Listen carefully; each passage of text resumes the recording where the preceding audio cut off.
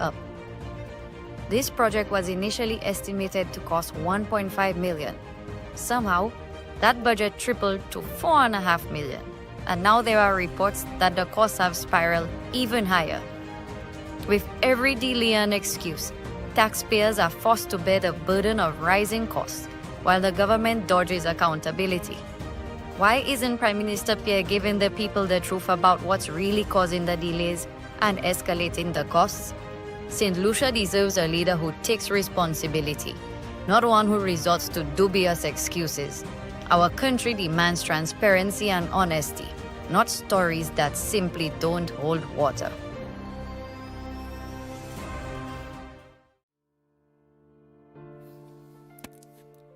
In 2019, the Alan Chasney-led United Workers' Party took decisive action to address the healthcare challenges faced by St. Lucians. The UWP secured a US $20 million loan from the World Bank under the Health Systems Strengthening Project. Out of this loan, US $5.5 million was specifically allocated to establish the framework for a national health insurance program. Under this initiative, every St. Lucian would have received up to $75,000 in healthcare coverage on an annual basis, making healthcare more accessible, equitable, and affordable for all. An advisory board of experts, including Dr. Stephen King and Dr. Merle Clark, was assembled to design the framework for this transformative program. However, when the Philip J. Pierre administration took office, they chose to abandon this initiative. Why? Simply because it was started by the United Workers' Party. The consequences of this decision are devastating. Families continue to struggle with medical expenses, hospitals remain overwhelmed, and St. Lucians are left without the healthcare safety net they were excitedly expecting. Where is the accountability? Where is the vision? We would not be facing the current health crisis if the NHI program had been implemented. The National Health Insurance Program was never about politics. It was about people. It would ensure every St. Lucian had access to the care they deserve. Let's set the record straight. The health of our nation should never be sacrificed for politics. It's time to demand a healthcare system that St. Lucians deserve. Labor, Pabo. On October 20th, 2024, at the SLP's Conference of Delegates in Vieux-Fort, Prime Minister Philip J. Pierre made a desperate attempt to rewrite history. You will remember that the United Workers' Party only gave COVID support to NIC contributors. This claim is absolutely false. The truth? In July 2020, under the UWP administration, 5,000 St. Lucians who were non-contributors of NIC received $500 per month for 3 months to help them survive the pandemic. Prime Minister Pierre knows the facts, yet he chose to lie to the nation. Why? To mislead and divide. St. Lucia deserves a leader who values integrity, one who speaks the truth, not one who tries to twist it. Pierre Pabo, we need real leadership, not deception. Youth and Sports Minister Kenson Casimir has been caught blatantly lying about the delays with several disciplines related to national school sports. On October 23, 2024, an article published by Terry Finisterre, a well-known sports journalist and a close political ally of Minister Casimir, penned an article titled, "School Sports Suspended." The story went on to explain that secondary student athletes in St. Lucia would be denied an opportunity to showcase their talents and abilities this term, as school sports has been suspended. It went further to say that this term faced the unusual interruption due to the Julian Alfred homecoming in September. According to Finisterre, one official who wished to remain anonymous told him that the disruption in instruction occasioned by the week of activities, including school rallies and a holiday, in addition to the resources that went into planning the festivities, were all a factor in deciding to cull sports. It is therefore disingenuous and a blatant lie on the part of Minister Casimir to accuse the UWP of fabricating this issue when it was first brought to light by his close friend and colleague. Attempts to salvage the issue were only made due to significant public pressure over the last 2 weeks. Our young athletes deserve leaders who will prioritize their development, not make excuses. It's time for transparency, accountability, and truth. St. Lucia deserves a government that values youth empowerment, not one that sidelines it. Kenson Pabo.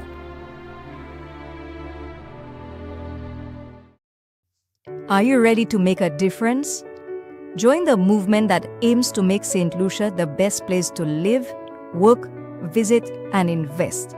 The United Workers' Party is a team of forward thinkers, visionaries, passionate and caring citizens just like you.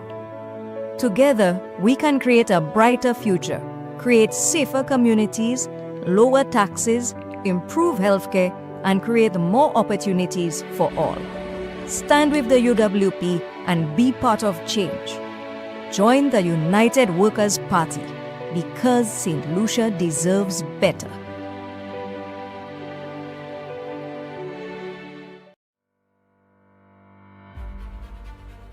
Youth and Sports Minister Kenson Casimir is under fire now that it has been revealed that he has acquired millions worth of real estate over the last 3.5 years. Since assuming office, Casimir has developed 3 villas.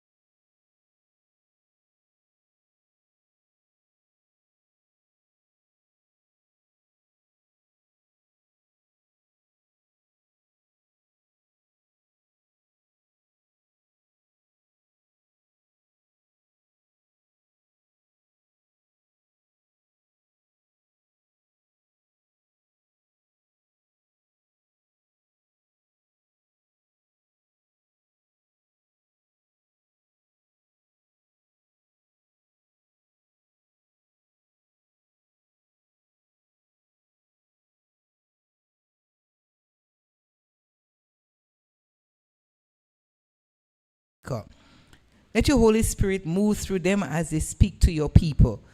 Touch all those who came up here for the church service, who went into the canvassing, Lord. Help them not to be too tired as they sit and listen to what our speakers are giving to them today, Lord. Father, when we leave here, let us all journey home safely with your Holy Spirit and your guardian angels covering us and taking us all back safely home. So, Father, this and everything we place in your hands. Let your will be done in Jesus' mighty name. Amen. All right, everybody can sit, please. Thank you. Thank you, Dr. Fletcher. It's a good feeling to be here in Laborie, Augier this evening. It shows the strength, and it shows the depth, and it shows how serious the United Workers' Party is in terms of our preparations for the next elections. As a United Workers' Party, we want to be able to say to all of our supporters here this evening, thank you for coming. And to all of our supporters throughout St. Lucia, thank you very much for your continued support of the United Workers' Party. And for those of you in the diaspora, we want to say thank you for your efforts.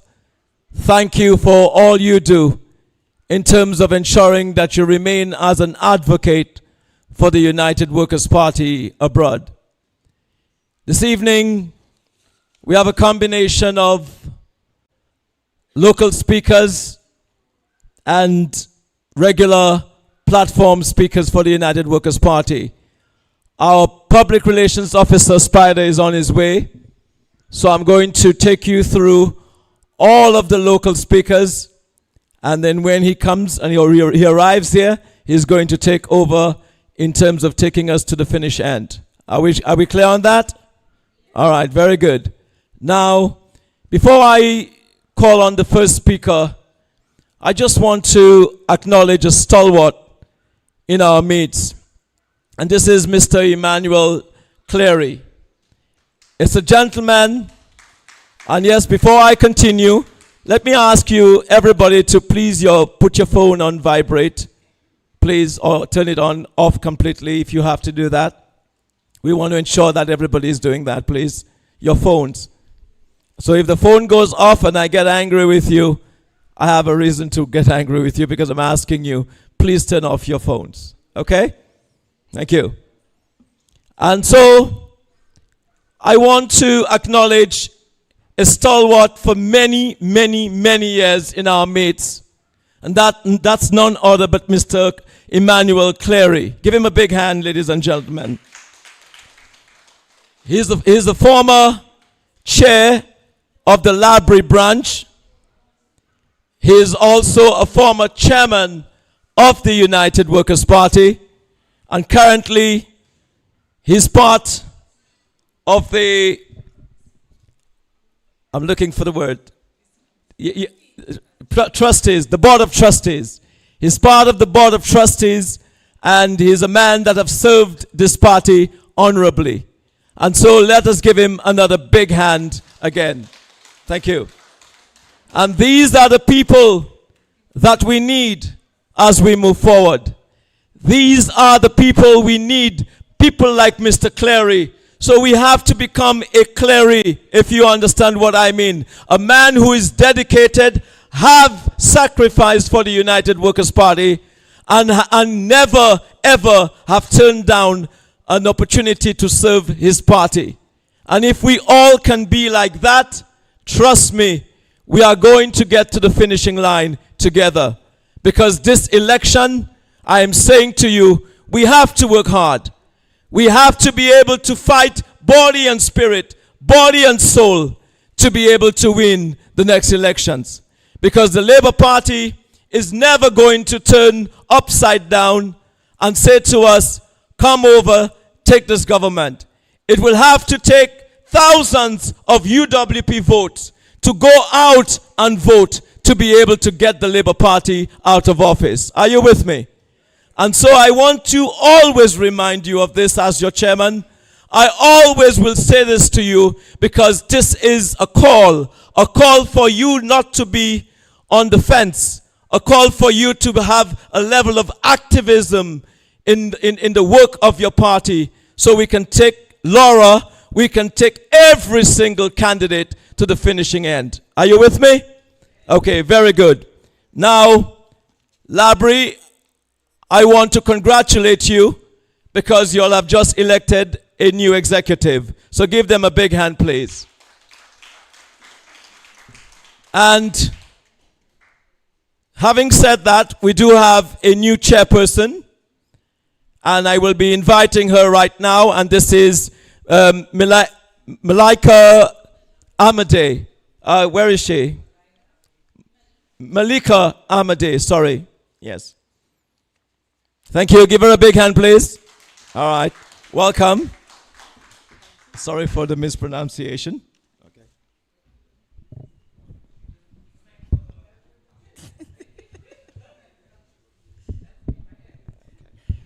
Yes. Good afternoon, everyone. My name is pronounced as Malika, but my official name is Cyrilia Amade.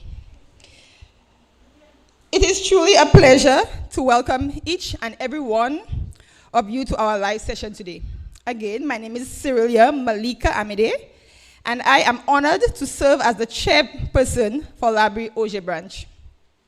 First, I want to say thank you for taking the time to join us, whether you're here in person or tuning in online. Your presence means a lot. This gathering isn't just another event. It's a step forward for us as a community, a chance to come together, share ideas, and stand united with purpose and passion. As a newly formed executive team, we know we have a lot to do, but we are committed, we are learning, and most importantly, we are here to serve. We believe in the power of unity, and we believe that together we can create the positive change our community deserves, not just for ourselves, but for our children and generations to come. Today's session is not about politics or personal agendas. It's about community. It's about lifting each other up, supporting one another, and preparing ourselves to be informed, involved, and impactful. So once again, I welcome everyone. I encourage you to stay engaged, stay connected. Let's make the time together meaningful. Thank you, and may this be the start of something powerful.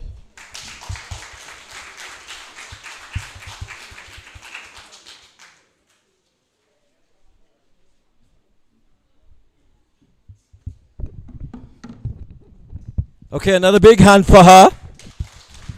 And we want to encourage you, Miss Amade, we want to encourage you to do what you've done here today, and I know that this is your first step.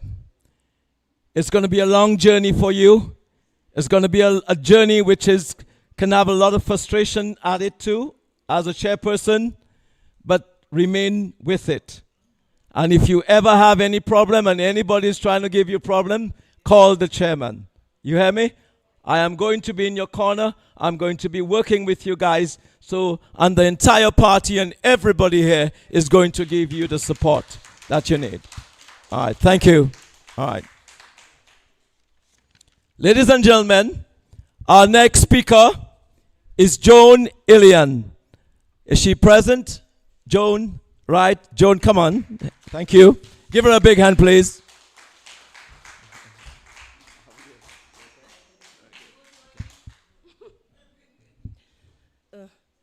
Good evening, everybody. Are you hearing me?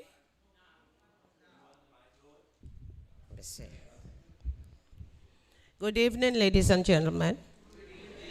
My name is Jn Pierre-Noel. I'm a Laborian born and raised. And I'm the women's officer for this constituency right now. Okay, so I want to welcome everybody. Especially, I can see we have some people from different constituencies who came to support us. I want to say thank you very much. Okay, well, as I say, I was born and raised in Laborie. And as far back as I can remember, I look at Laborie and I see the same thing over and over. It's the same Laborie. Nothing changes. I've seen it and I'm working towards fixing it. Okay? What I want for Laborie is, let's leave the dark ages behind and let's go forward. Moving forward, we need to change Laborie. We have to be the change for Laborie, and we have to make it happen. Okay? And in Laura, I can see the change. In Laura, we can see a young lady who's ready to work with the women of Laborie, with the youth of Laborie, with everybody to work together to bring a better Laborie and a better St. Lucia. Okay? And somebody once said to me, if Columbus were to return to St. Lucia, the only place he would recognize was Laborie. Okay? That means, I'm sure everyone knows what that means. So, I don't want to wish anything tonight, because if wishes were horses, beggars would ride, and we are not beggars, and we don't want to ride. So, we will make that change. Laura will bring the seed home, and we are with her. We will stand behind her to make it happen. Ladies and gentlemen, I thank you.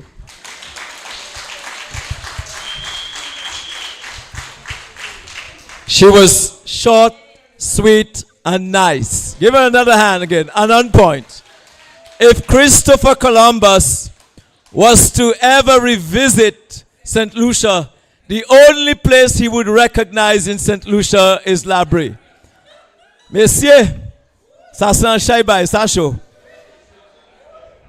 Now, and yes, Marsha and Viewfort, you can add them in that. But I'm saying to you, we ought to change. We must change. We must ensure that Laura Jn Pierre is the next district representative for Laborie Augier. Another hand, please, for her. Folks, this is a call to action. This is a call when we as UWPs, hearing what Joan just said there just moments ago, must take heed. This constituency has voted for the St. Lucia Labour Party since 1951. 1951. Constantly voting for Labour. And guess what? There's nothing to show after over 70 years. I want you all to remember that. Those of you who are going to be voting from Laborie and Augier. Remember that. So you cannot see a man like Alva, who's serving as St. Lucia's foreign minister. This is a guy who has opportunity to meet with foreign governments. Ou vle di mwen, si pa sa même porte en foreign bagay en Laborie, ou kwe se set lisi sa ede? It's a waste. It's a complete waste of time in terms of a district representative. And after all those years, and all those before him have not moved Laborie. But I can assure you that Laura Jn Pierre, when she's elected, will make the difference here in Laborie. At this time, I want to introduce word you can remember or a topic you will remember. And the topic was a new vision for a bold future. Let me repeat this again. A new vision for a bold future. When we are speaking of the future, we are speaking of our young people.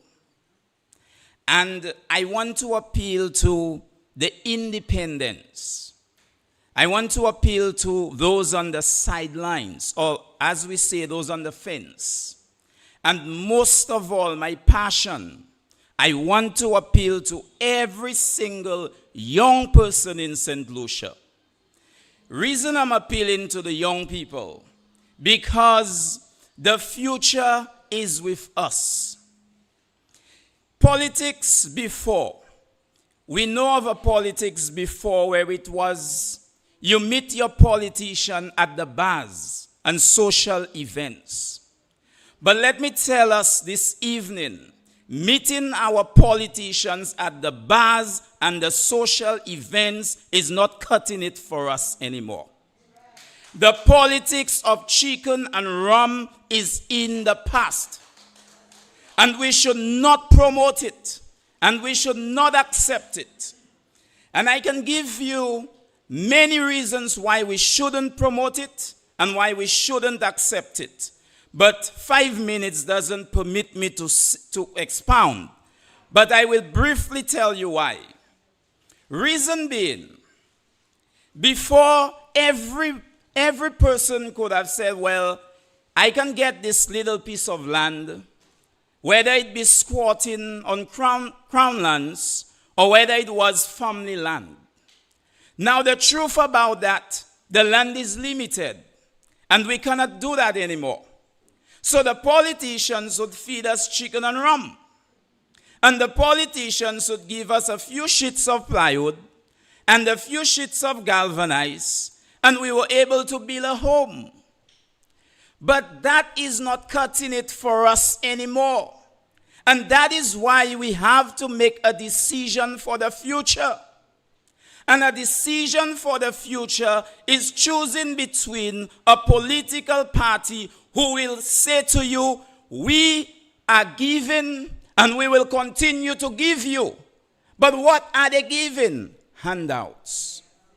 But then you have another political party that is saying to you, let us create. Let us continue to create. And that's the UWP. On one hand,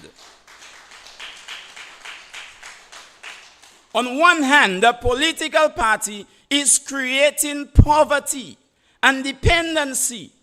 And that's the SLP.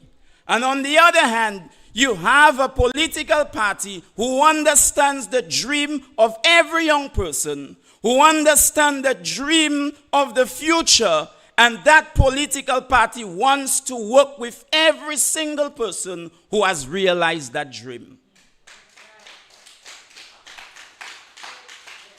So the decision when it comes to choosing, you must understand that the United Workers' Party is the party that will continue fighting for St. Lucia.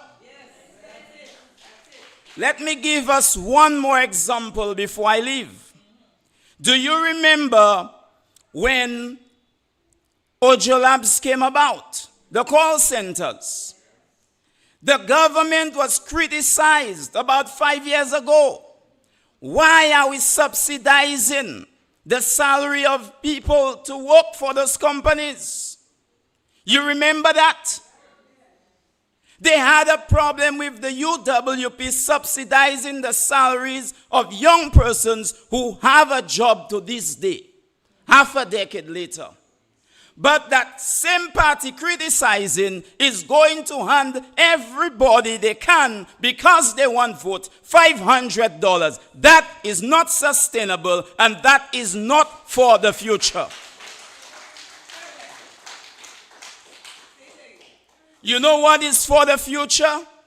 A party who understands that roads are important for you to go to work and come from work. A party that understands that roads are important for children to go to school and for children to return from school. Not a political party that says to you, roads, we don't eat it. But now they are busy lying down all over the street when they complete a simple concrete road. My friends, my St. Lucian people, before I leave, I'm leaving you with one thing. And one thing only. You will have that decision to take, and based on the topic, a new vision for a bold future, it calls Laborians to do something bold. It calls Laborian to do something brave. It calls Laborian to do something that is daring. And that is to decide to vote the United Workers' Party in the constituency of Laborie.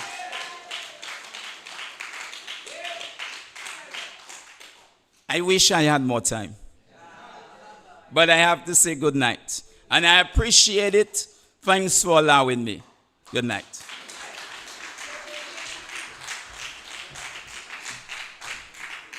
I suspect, Mr. Calix, that you have a bright future in the United Workers' Party. I do. Something tonight tells me that, And as a man whom John Compton once said that, and I'm chairman today, I see that you're heading somewhere special. I give him a big hand, ladies and gentlemen. Thank you. You know, when I was coming in here, I don't know if some of you all noticed, Alva Baptist declared this place the Republic of Laborie. And ou vle di mwen, tout moun an tout pawes ka respekte l'église. Ou me porte ou devant l'église là? Akodi ou go, pièce moun passe en péché ou fait ça ou vle fait? They don't even know how to separate the politics from religion, from church, where that church is made up of Catholics, but predominantly SLPs and UWPs go to church there. So what's the point? Well, I'm telling him, we are going to retire that poster when Laura takes over. Nuka retire, sir. We are going to. And if he doesn't believe it tonight, he better. Because Laura is not the kind of person that accepts no for an answer. Unlike my wife Sharon, she accepts nothing about no for an answer, but she'll tell me, I'm not doing it. Laura will say, Makafe. Period. But they both are strong women. But I'm just saying to you, Sharon in a non-political voice would tell me, I ain't doing it.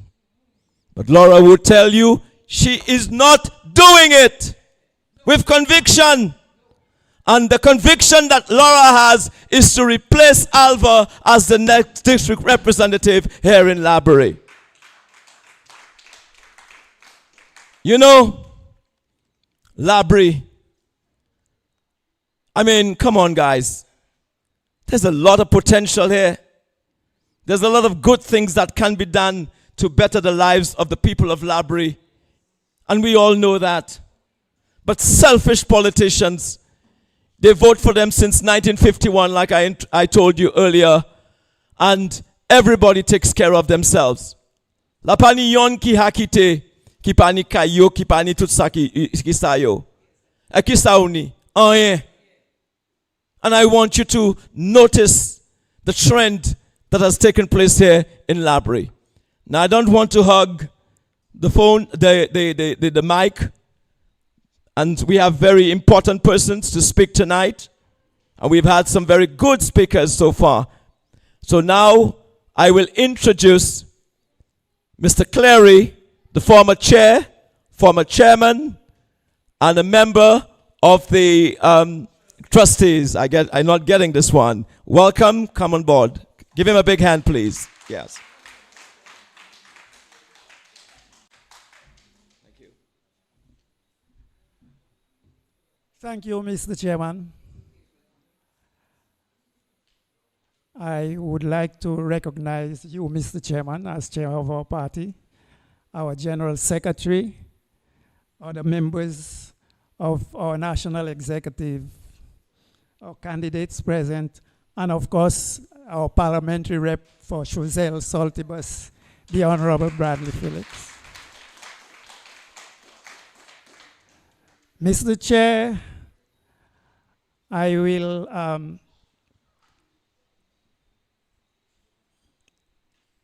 just bear with me a minute, please.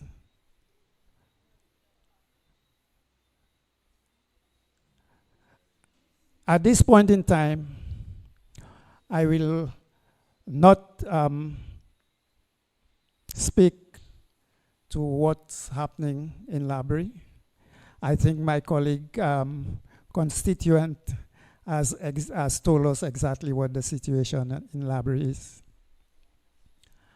As far, I will also not speak about the incompetence, because I believe that the speakers coming after me are much more better placed to speak about the incompetence, the maladministration, the mismanagement, the corruption, and the victimization that has been placed on us by a government who claim they want to put us first. And all of us experience on a daily basis the hardship that is being inflicted upon us by this government. So, Mr. Chairman, if you permit me, I probably would like to sing from a different hymn book. I will start by asking a couple of questions, and if the answers to these are yes, then we have no business being here this evening. First of all, let me ask us, how many of us are experiencing a better standard of living today than we did 4 years ago? How many of us can say with any level of conviction that if we were to not visit, but be admitted to a health institution in any health institution in our country, that we will receive the necessary medical treatment that every patient is entitled to? How many of us feel safer in our homes, in our neighborhoods, and when we move around our country? Are we paying less for fuel and cooking gas today than we did 4 years ago, when the price of fuel or price of oil on the international market has gone down significantly? Our country is in great decline, serious decline, and we cannot allow this to happen. We have to do something to change that course. For the sake of our children and our grandchildren, we must do something. If we don't, then I will say to our children and our grandchildren to exhume our bodies and give us a good beating. We have to be serious. We have to stop that decline in our country. But like everything else, you must always live in hope. In 2016, we made a beautiful, great decision. We elected a party into power that was led by a very visionary leader and a team of dedicated workers who promised to build a new St. Lucia. Unfortunately, we became gullible. We fell for the lies, deceit, misinformation, and as a result of that, we ate from the fruit from the tree because they told us, if you eat that fruit, you will never die. So, but as I said, I have hope. I'm confident. I believe that Alan Chastney will build that new St. Lucia. But the concern I have is whether we will see that new St. Lucia. We will only see that new St. Lucia when we change our mindset as to the manner in which we say and the things that we do. We will see the new St. Lucia only if we hold our governments accountable to everything they say and everything they do. We will not see that new St. Lucia if we continue to elect to the Parliament of St. Lucia criminal and corrupt elements to the Parliament of St. Lucia.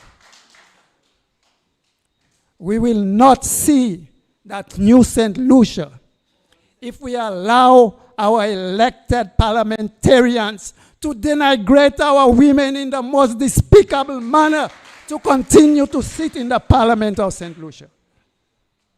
That I have a serious issue with. I had a mother. I had 4 sisters. I have 1 now. I have 2 daughters and 6 granddaughters. And I don't know how I would react if they were being treated in the manner in which our leaders treat our women today. I am very serious about it. But to some extent, I blame our women. There is no reason why at every sitting of Parliament that the women of St. Lucia don't rally outside the House of Parliament demanding the respect that they deserve from our leaders.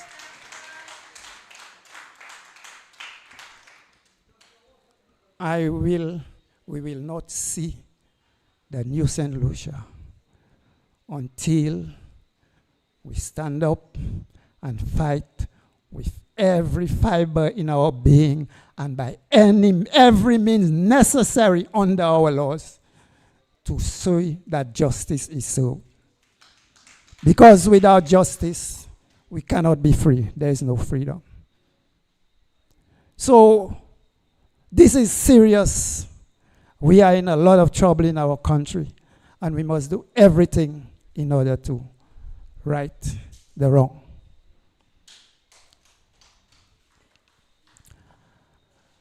There is someone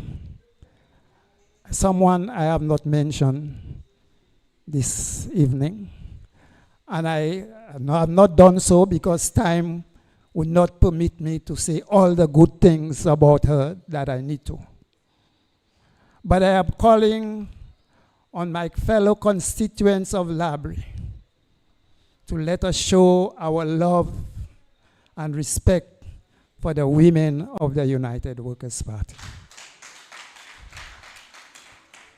I'm calling upon us, fellow constituents, to give the other women parliamentarians who will be part of the next UWP administration a sister parliamentarian from the constituency of Laborie. I am calling on us, the members of the branch, Laborie branch, to create history by electing the first female representative for the country of Laborie.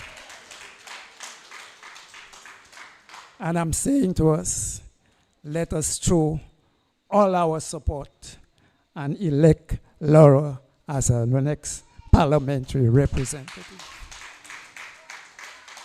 Brothers and sisters, I want to thank you.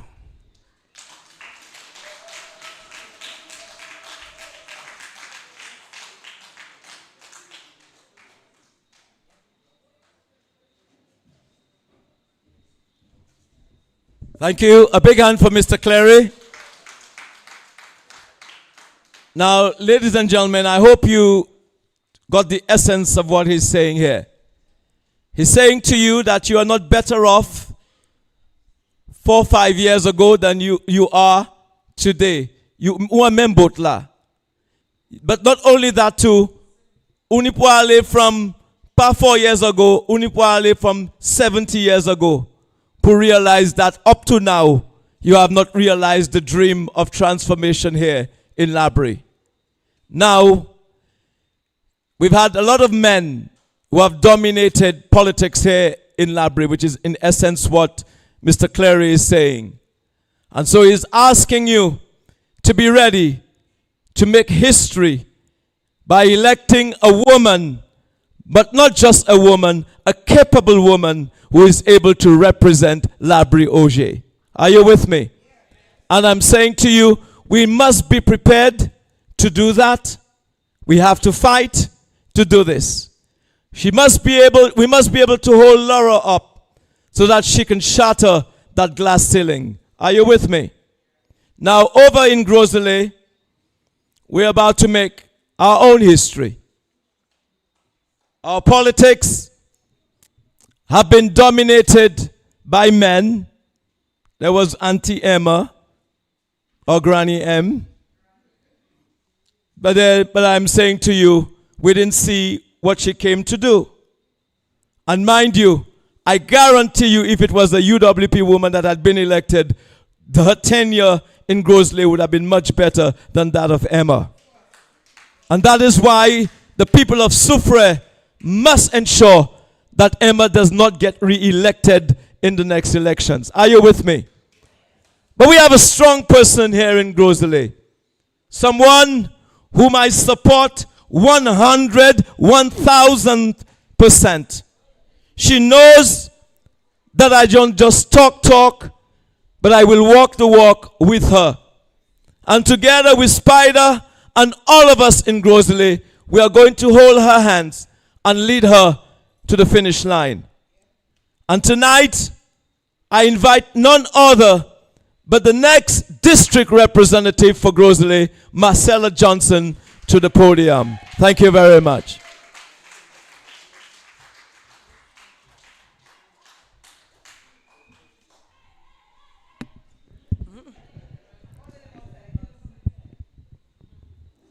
Good evening, brothers and sisters. I bring greetings from the beautiful constituency of Grosley. Good evening, my beloved people of Laborie. Good evening to all St. Lucians, both home and abroad.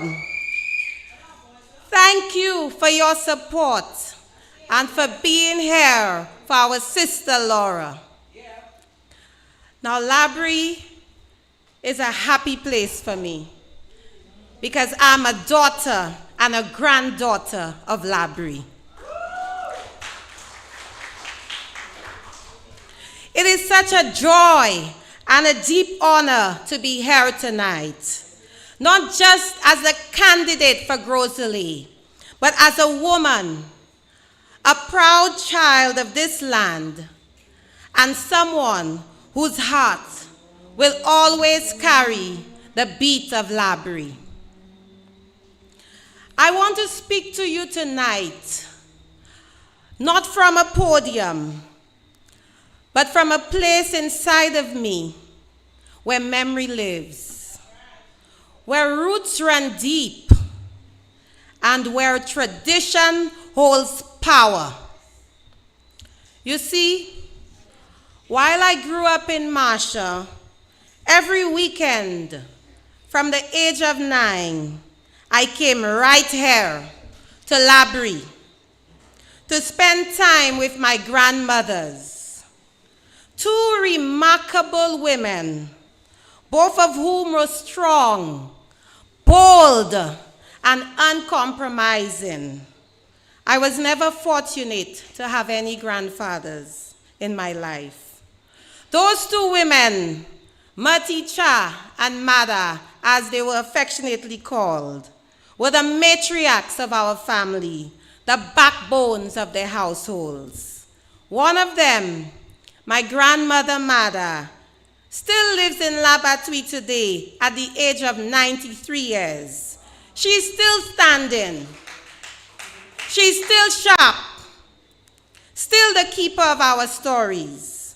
Her strength, her dignity, her memory, they are living proof that the roots we plant in life can carry us through any storm. And when I look at her, I see the spirit of this community, Laborie, resilient, wise, and full of gratitude. I want to share a story with you. One Saturday morning, I must have been about 10 years old. My grandmother, Maticha, woke me up just as the first light touched the sky. And after drinking that shot of coffee, you know that black coffee you get from the Dibelwa? Yes. She handed me a broom made of coconut stalks and told me, "Sweep the yard. You must make your space clean before the sun rises." That's how a woman prepares herself for the day. I did not understand it then. I wanted to sleep in. But today, as a woman, I understand that what she was really teaching me was discipline, pride in my surroundings, the importance of showing up before the world demands it of you. Laborie taught me that. Laborie raised me in more ways than one. It was here that I learned culture, the richness of our quadrille, the joy and pride of the festivals of the flowers, La Rose and La Marguerite, learning to make cassava, castor oil, and coffee with my grandmother. That was not just entertainment for me. That was identity. That was belonging. I would look forward to the weekends when my teacher would take me dancing in the village. There was a bond between women in this village, in this community. Laborie gave me grounding. It gave me national pride. And I carry that with me from Grosley to every corner of this country. There is no doubt that Laura shares that same grounding because she's from this community, this rich community of Laborie. And so tonight, when I speak in support of Laura Jn Pierre-Noel, it is not just political. It runs very deep, and I am sure that she has those same personal experiences. It is no coincidence that Laborie has produced another woman of strength, my sister in service, Laura. Because I know what Laborie produces. I know the spirit of women who come from here. Women like my grandmothers, women like Laura. And let me speak to you as a woman, because sometimes only we understand each other. We know what it feels like to stretch a small paycheck over a long month. We know the heartbreak of having to choose between paying a bill or feeding our child properly. We know what it means to give the best cut of meat to our children while we eat the bone and we still smile. We know how to carry burdens in silence, to cry in the dark, and still rise in the morning with a clean shirt and a steady voice. Women don't just survive. We hold entire families together. That is why we need leaders that summon that spirit. Leaders who feel it in their bones. Leaders who don't need to be told what is going on because they already know. Because they live it. Because they have walked in our shoes. Because that is what women in this country are feeling today. That the smallest help, the smallest relief, even just a little hope can mean the difference between making it and giving up. Laura understands what is at stake. She hears the cries. She hears the stories, wipes the tears. We are living in a time when the cost of living is breaking the backs of our people. The price of groceries, electricity, medication, everything has gone up except our incomes. And while some politicians debate in air-conditioned rooms, it is the women who are left to face the reality in the kitchen, in the shop, at the school gate. Women are the ones skipping meals so children can eat. Women are the ones walking to work because gas is too high. Women are the ones caring for elderly parents, managing the household, holding on to faith, Yes, faith in God. So yes, we need women in leadership because we feel the pulse of the people in a different way. And Laura Jn Pierre-Noel, she's not waiting to get into office to care. She has already been showing up, speaking out, and standing strong.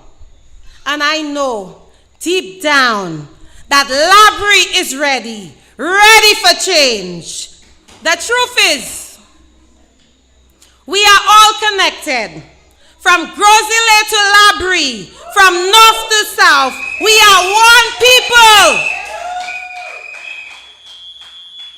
And we are at a turning point in this country, St. Lucia. We deserve better.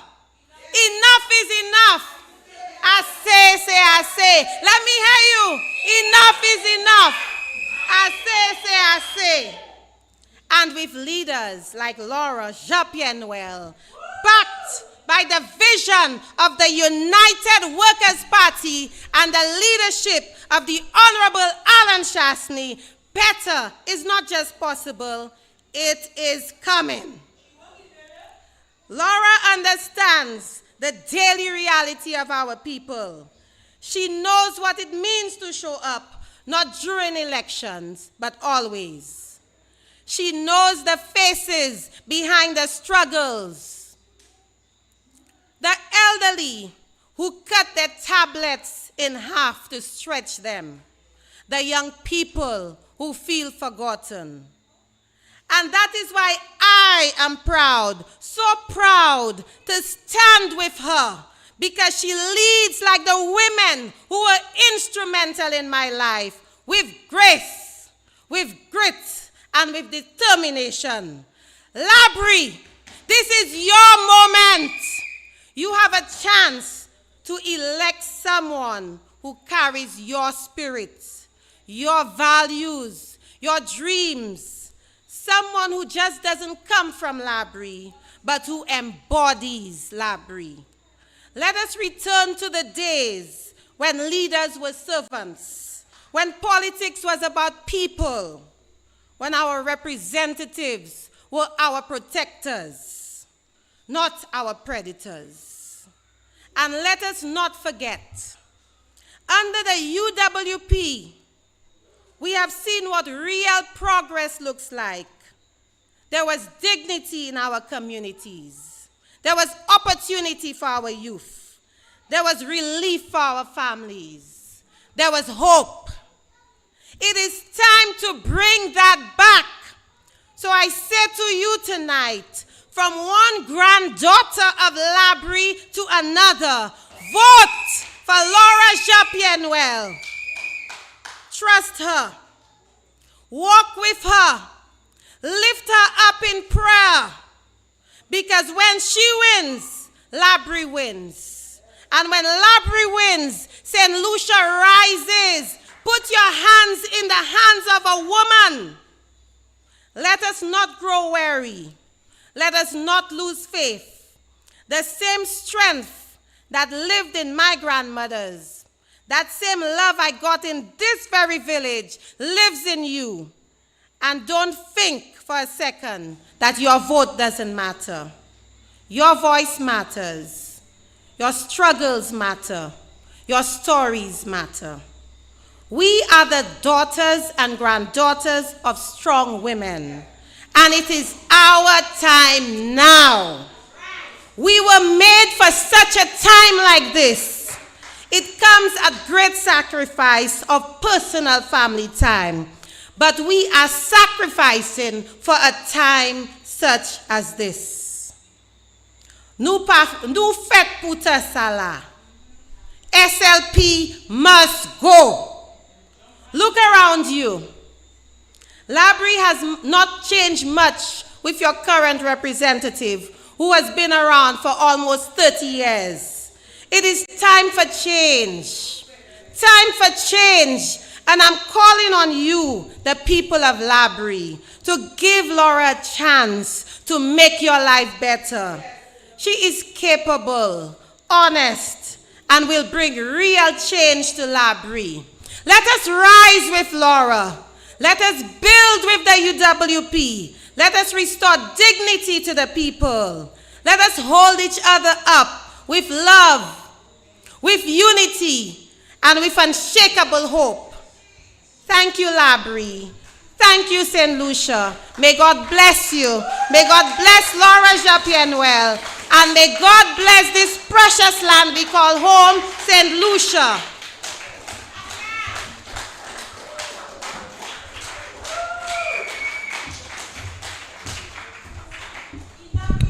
Good evening, ladies and gentlemen.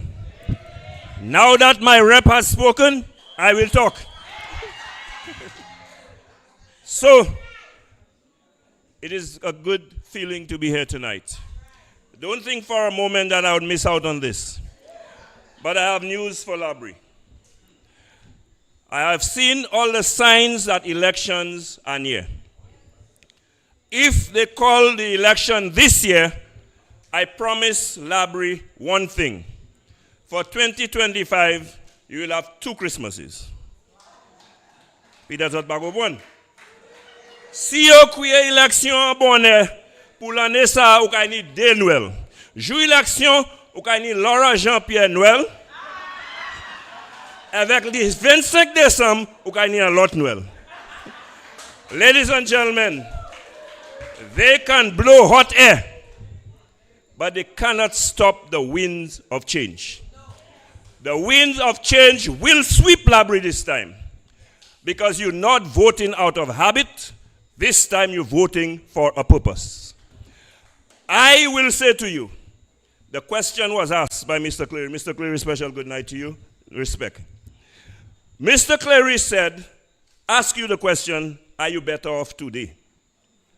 You're not the same way that you have always been. You are worse off today than you have ever been. The chairman, Mr. Prudent, told you that for over 70 years, the people of Laborie have voted for the St. Lucia Labour Party, and they have nothing to show for it. A big change is ahead.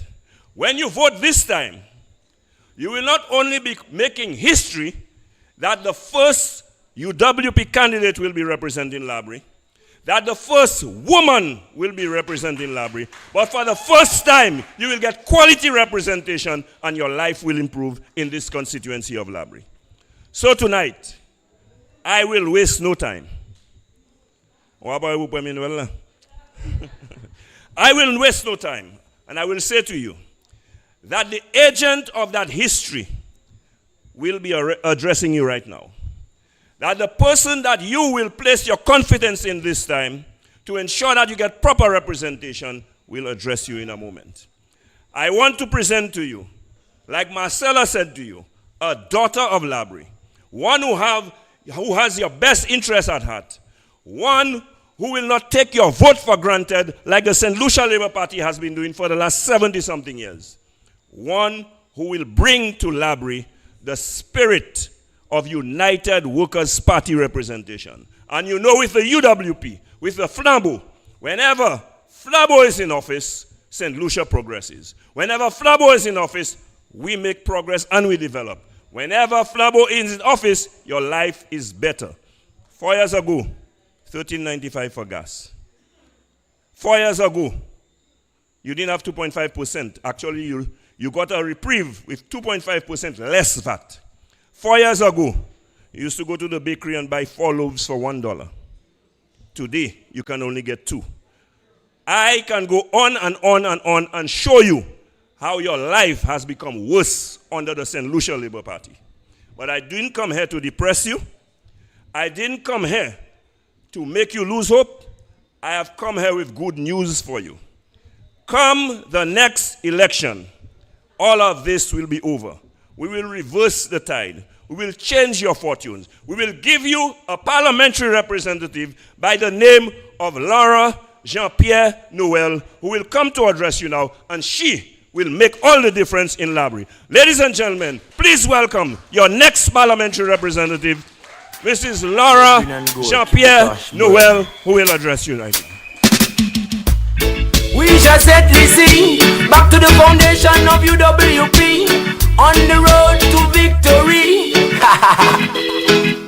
Flabo say unite, unite, put an X by the Flabo and make your choice right. Flabo say unite, unite, for little children and the future to be bright. Flabo say unite, unite, put an X by the Flabo and make your choice right. Flabo say unite, unite, for little children and the future to be bright. You want the unemployment rate it for job and the banana industry rise back to the top. You want all your monthly salary to jack up and the price of food fee go chop down flat. Remember 79 when the milli bug. Laborie is a community of friendship. Laborie is a community of sunshine. Laborie is a community of warmth. And I embody that. And that is what Laborie is all about. It's not about being red. It's not about being red.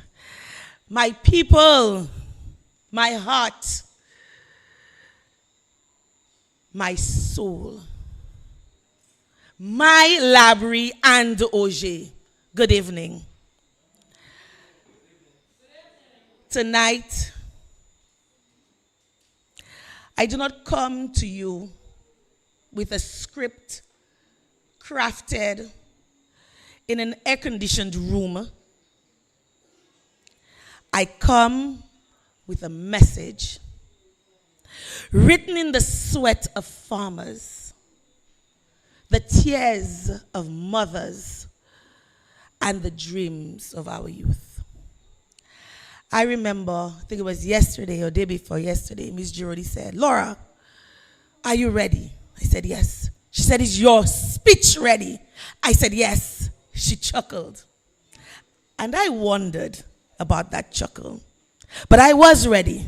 And my speech was crafted. And this morning I woke up and I got ready for church. And we went to church. And I want to say a warm and hearty thank you to the women of the United Workers' Party. You showed up. You stood up. And you are here with me. Mass was at 9 o'clock. It's now 17 minutes after 7, and you are still here with me. And I support you. I welcome you. I am grateful. Because when I got up this morning, there was a pit in my stomach. And I wondered, Laura, are you ready for this? Are you really ready for this? And I said, God, whatever is making me doubt myself, whomever is putting thoughts in my head that's making me doubt myself, I ask you to cast that spirit away, because you did not give me a spirit of fear and doubt, but one of courage and wisdom. So I was ready. And then after Mass, we went for lunch, and then we went canvassing. And I met some people, and I said, Laura, that speech which you had crafted, it needs to change. And so I had to write my speech over after canvassing. I come to you today with a message written in the sweat of the farmers, the tears of the mothers, and the dreams of the youth. I come with your voice, because this campaign was born from the ground up, endorsed by the people and for the people. We are not here to play politics. This is not a game for me. Despite what the naysayers may say, this is not just for fun. This is not about a woman who is bored and looking for the next best thing. This, we, you, me, we are here to make history. Because the time has come for a new kind of leadership. Leadership that puts community first. Not talking about put yourself first, like our Prime Minister has asked, but putting the community first. Not about whether I like this one or I don't like this one. It's about putting all of us collectively first. Leadership that listens, that walks with the people, not ahead of the people. We have a rep for almost 20 years will stand at the opening of, so it wasn't at the opening, but in Parliament, and say, have the gall, the audacity to say that in 50 years, nothing has changed in this constituency. Nothing has changed in 50 years. And you, sir, you have been representing us for almost 20 years. You ought to be ashamed of yourself. You ought to be ashamed of yourself. Coming to church on a day when you know Flabo is in church is not going to change the fact that you are a poor representative. You are a misrepresentative. It's not going to change that fact. Building sidewalks on the eve of opening a market that you, by your own admission, have admitted that you promised the people for 7 cycles, 7 years, 7 cycles, is not going to change the fact that the landscape of our constituency has not changed in almost 20 years that you have been representing us. Never mind the 50 years that you have said, which it hasn't, but you have to take responsibility for your actions. Take accountability. You know, while we were canvassing, people were telling me, before I say what people were saying, there was one particular gentleman in question, and he said to me, I have changed my ID. I have changed my ID. I've been living in this constituency, but I've not been giving this constituency my vote. And I have changed my ID, my address, finally, because this constituency needs change. And I want to be counted among the many who are going to make that change. And he took me to his home. And tears filled my eyes. And he said, don't cry for me. This is where I live. This is the condition in which I live. But I don't want that to be the condition for any young person. Go out there and make that change. I am with you. And I'm grateful for that. I am grateful for the men and the women that I met today who said, Laura, I didn't know you, but now I have spoken to you. Now that I've touched you, now that I've heard you, I am standing with you. So, Mr. Representative, let me tell you, your days are numbered. We are coming for you. We remember all the promises that you have made to us. And the day of reckoning is nigh. And I want to say, you know, while we were taking pictures after Mass, there was a particular person decked out in his red, taking photos of us. And the lady said, get away. And I said, no, let him stay. He's my family. But he didn't get the message that I was sending to him, so I'm going to send it a more direct one. When you see Alva Batiste and his family, they are all standing behind him and standing in support of him. You are being used. You are being a tool. And let me tell you something. even if you, one person, want to look out for yourself and yourself only, there are others, hundreds of others, willing to take your place and stand with me. And I, for one, do not forget the people who support me. I do not forget the people who are in need. We are going to make history in this community. Because the truth is this: we are hearing the cries of our farmers, the ones who are responsible for food security. They are not concerned about themselves. They are concerned about us, ensuring that we have food to eat. Those who rise before the sun, till the land, and try to feed a nation with hope and calloused hands. But how can they grow crops while we're protecting the victory? They can't grow crops by protecting the victory. They can only do that if they have the proper tools. They have no water.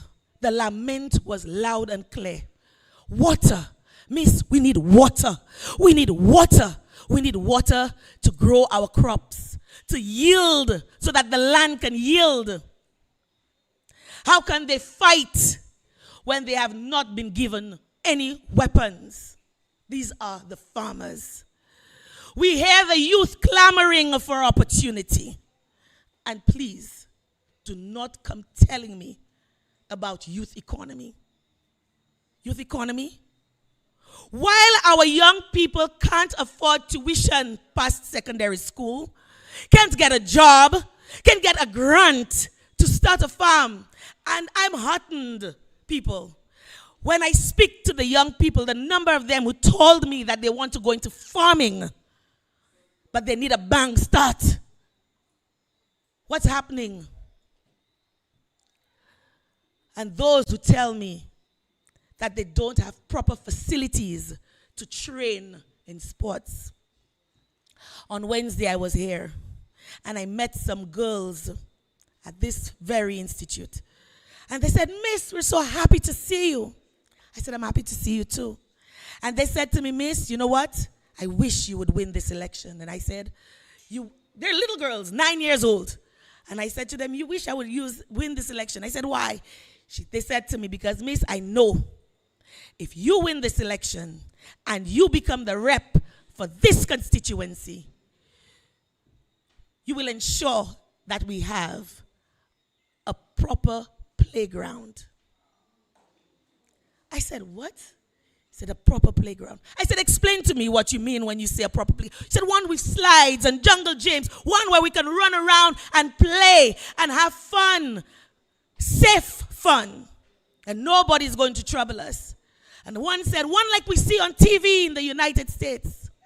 And I remember Alan Chasney telling us in time to come, if we support the United Workers' Party, we will have no need for a visa. We will not need to go to the United States of America. And from the mouths of the babes, they don't know if they'll ever visit America, but they want what the children in America take for granted. All they want is a proper playground. We must be one of the only constituencies which has playing fields with no lights. We must be one of the only ones which has an expanse of land and call it a sports facility. There is no seats, there are no lights, there are no toilets, and we call it a sporting facility. For 20 years, we have been represented by the same person who has not seen fit to fix this. Youth in agriculture. Where is the support? Too many young people are asking for help to get into agriculture. Youth in sports. Where is the investment? Youth in education. Where is the real access, the real hope? We talk about building on the legacy of elders, but how dare we say we honor them while we trample all over them. I remember my sister Marcella. Marcella, thank you for the words. I almost didn't make it inside because the tears were threatening. When I remember how our own ministers, who we vote to represent us, took our sister Marcella's family and said the vilest things about her and tried to use her father. I mean, who does that? Who does that? That kind of politics should be over. I remember years ago, certain members of our party had to suffer the indignation of having their parent paraded up and down on the labor stage, saying to the people, if her mother will not vote for her, why are you voting for her? These people are no better today, and that is over 20 years ago. No better. Do not fall for the rhetoric. Do not let them disturb your peace of mind. Focus, people. Focus. Follow the flabo. We bring the real light.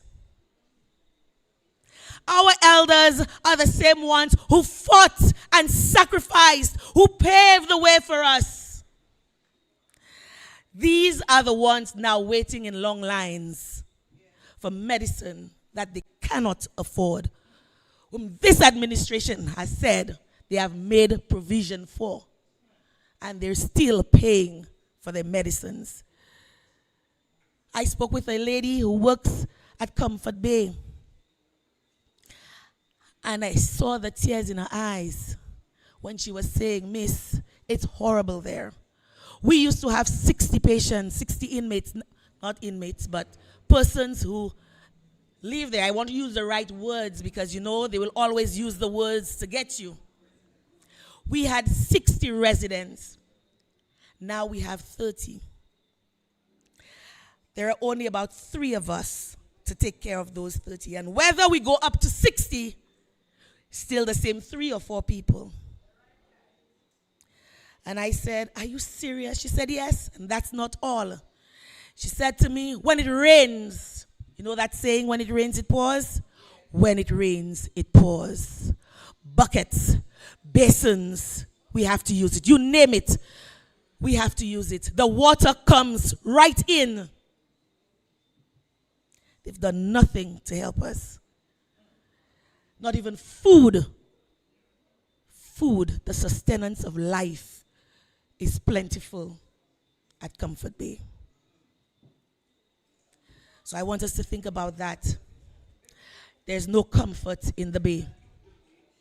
There is no comfort in the Bay.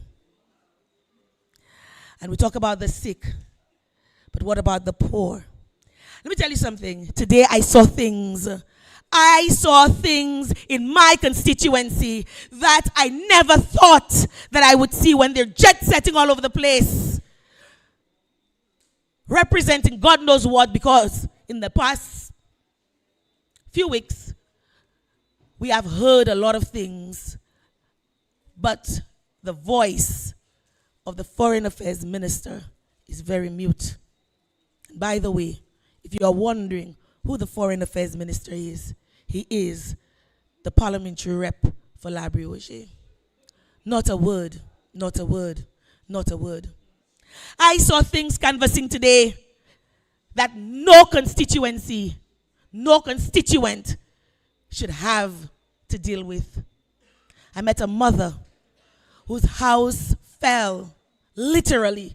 They barely got out almost a year ago.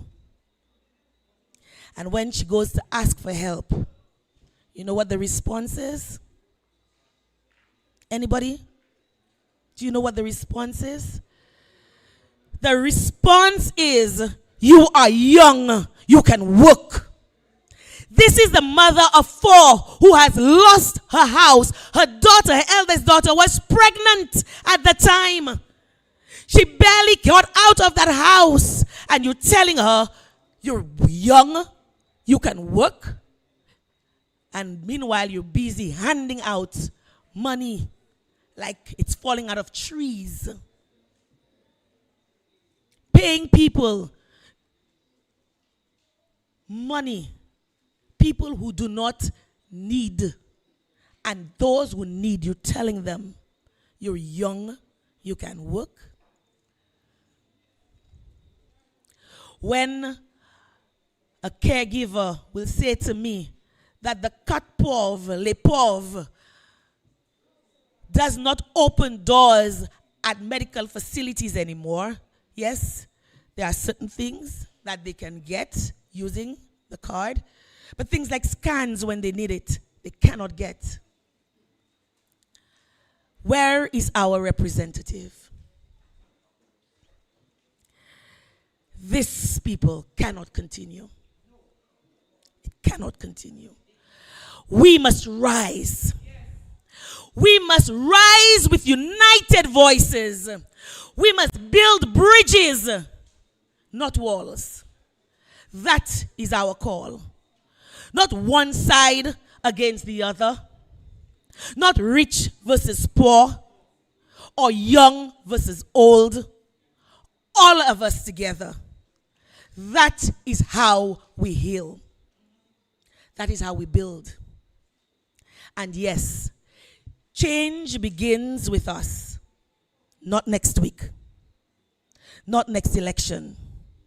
Not with empty promises, but right here tonight.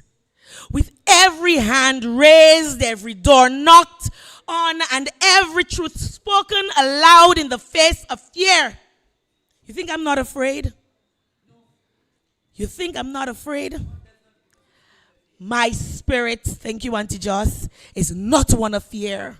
So even when I feel the niggle of fear, I say, God, my Lord, the God that I serve, the God of Abraham and the God of Moses, you will strike that fear out of my breast and infuse in me bravery and courage that I may stand firm. Shut out the noise and move forward for the constituents of this great constituency, Laborie and Augier. This is more than a campaign. This is a movement. A movement to restore dignity. A movement to return power to the people. A movement to bring democracy back to the communities it was meant to serve. This is a new vision for a bold future. A future where the farmer has water, where the youth has opportunity, where the elderly has dignity, where the sick get cared for, no excuses, where no one is left behind because they were born into struggle. So I ask you, are you ready to rise? Are you ready to rise, Laborie Augier? Let me hear you. Are you ready to reclaim what's yours? What's ours? Are you ready to stand? Not as spectators, but as builders of something greater. Then let us move from the ground up with hope in our hearts, fire in our steps, and unity in our spirit. One community, one vision, one bold future. While we right the wrong. Thank you. Let's walk this road together. Let's build this change together. I thank you. Before I leave, I want to encourage everyone here tonight. If you do not yet have your tickets for Sisters of the South, you better get one tonight.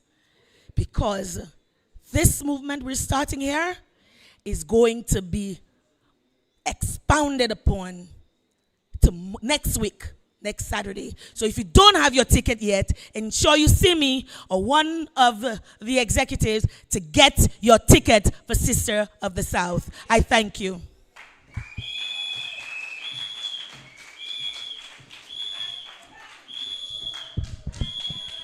Ladies and gentlemen, a round of applause for Laura Jn Pierre-Noel, the next representative for Laborie Augier.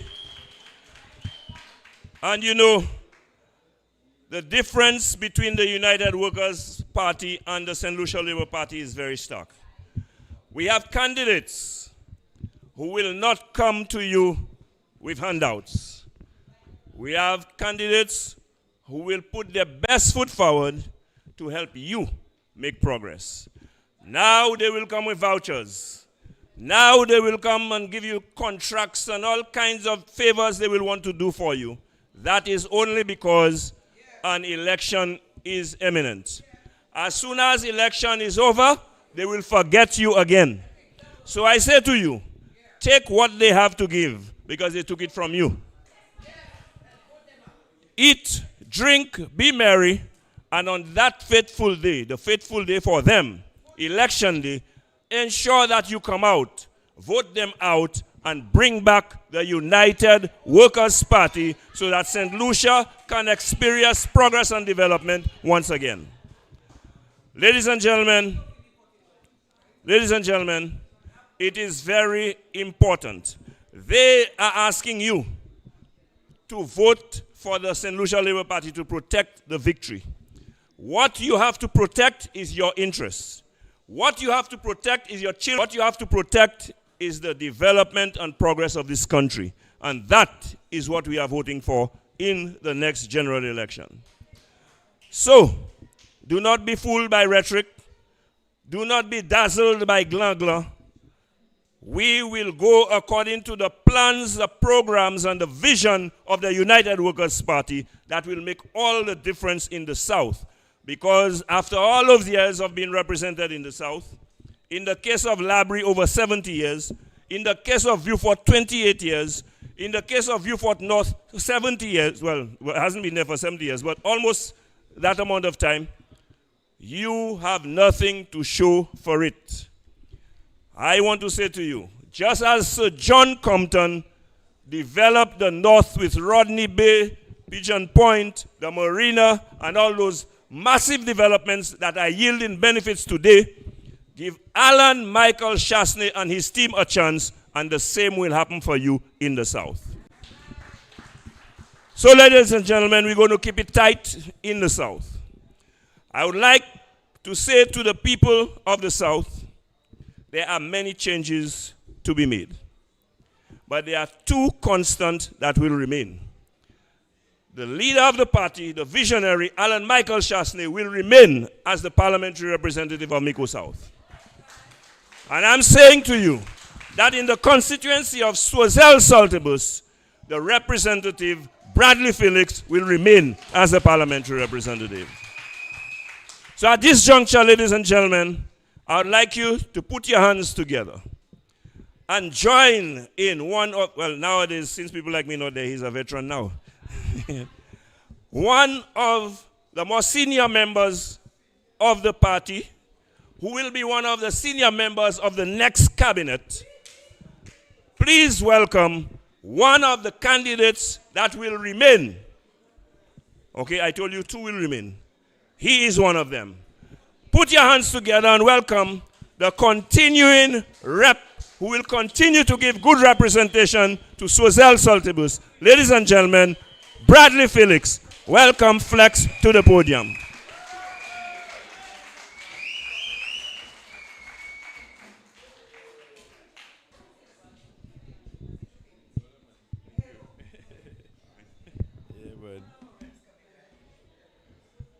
Bonsoir. Laborie Augier. Good night to everybody present and watching us via live stream. First, let me apologize. I'll not be able to bring it up too loud because I might end up coughing because I've just came down with the flu and it has left me with a very bad cough. So, this morning, Sister Laura, you would have recognized the tremendous support you got at Mass from the people of Saltibus, Soisel-Saltibus. And that is just the testimony that we will be showing you all the way whenever that bell is rung, that Choiseul Saltibus, as your neighbor, will be there fighting with you hand in hand. And we will be taking that seat home. There is a saying, brothers and sisters, and I'm sure many of you all would have heard that saying before. Why leave the devil you know for the devil you don't know? I'm sure you all have heard that saying before. And what that saying means is that it speaks to,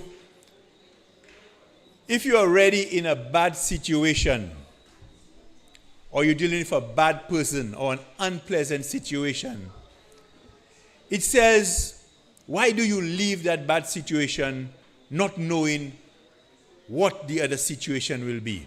Most likely, it can be even worse. But have we ever thought that it could be better? And with the advent of Laura representing Laborie Augier, with the backing of Alan Michael Shastney and the United Workers' Party, I can only tell you that Laborie Augier is going to get better. Why do I say that?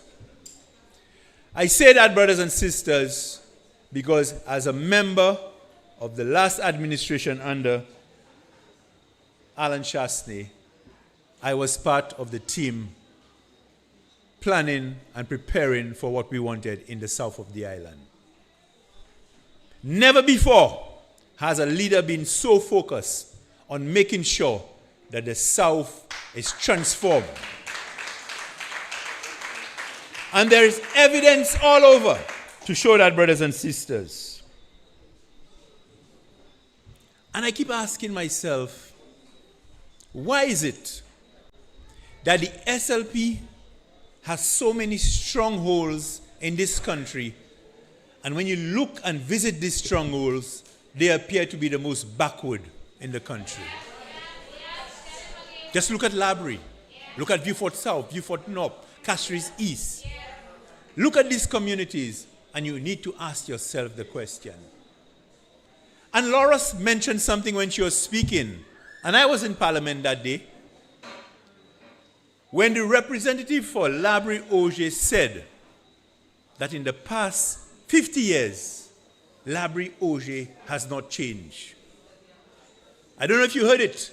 I was there and I heard it, and I shook my head because I could not believe a representative who has served this constituency, this will be what, third time? And fourth time.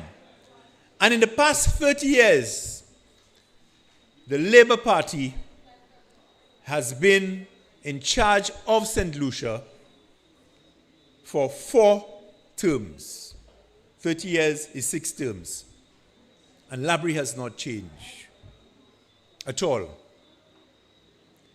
And some of the things as a representative for a joining constituency like Choiseul, I remember very early, and I'm a newbie in politics, I recognize that one of the things that the young people really wanted in Choiseul, they wanted to light up one of the main playing fields.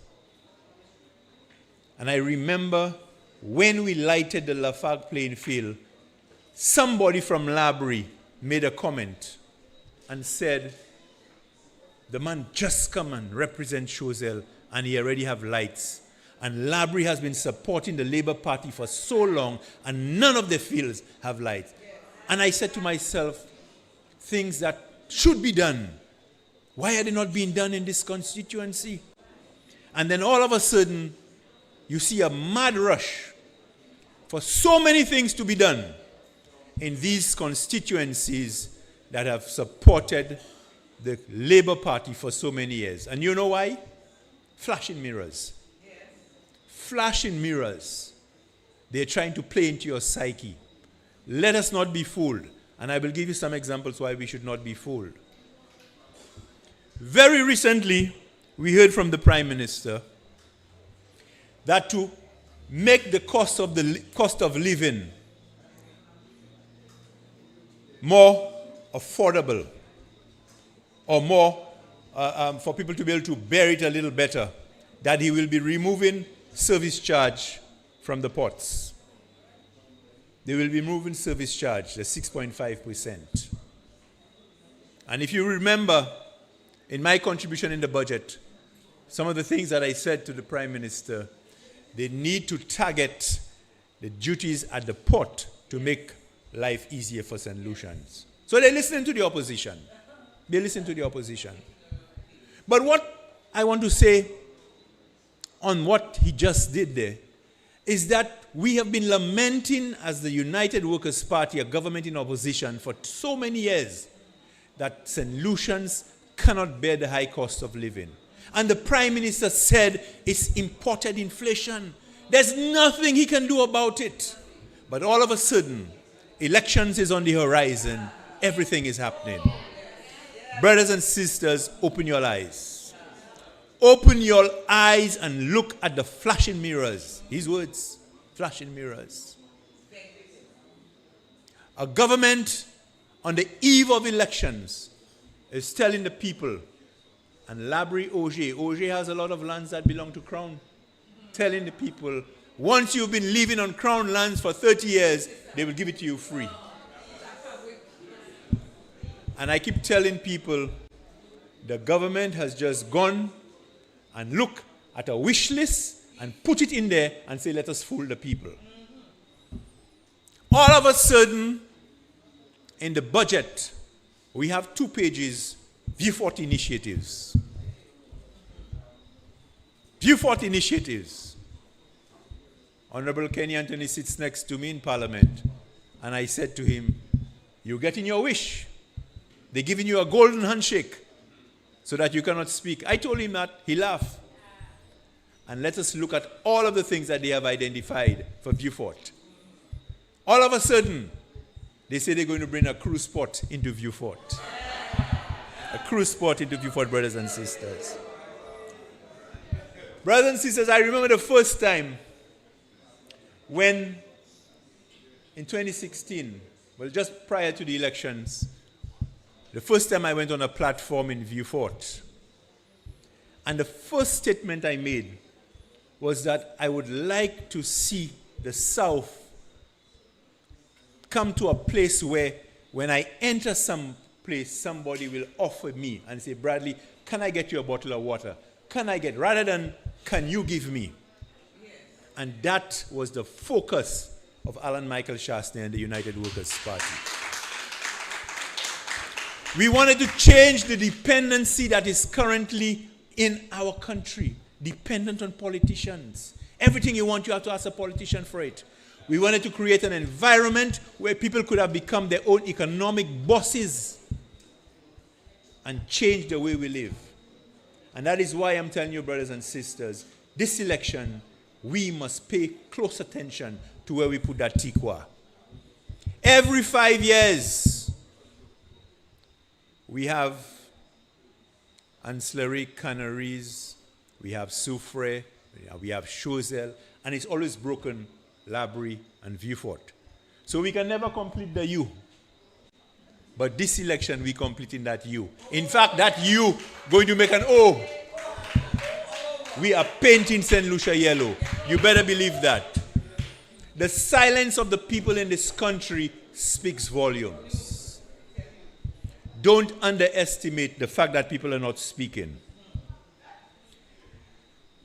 I'll tell you something about Laborie people, because I work in the South for a long time.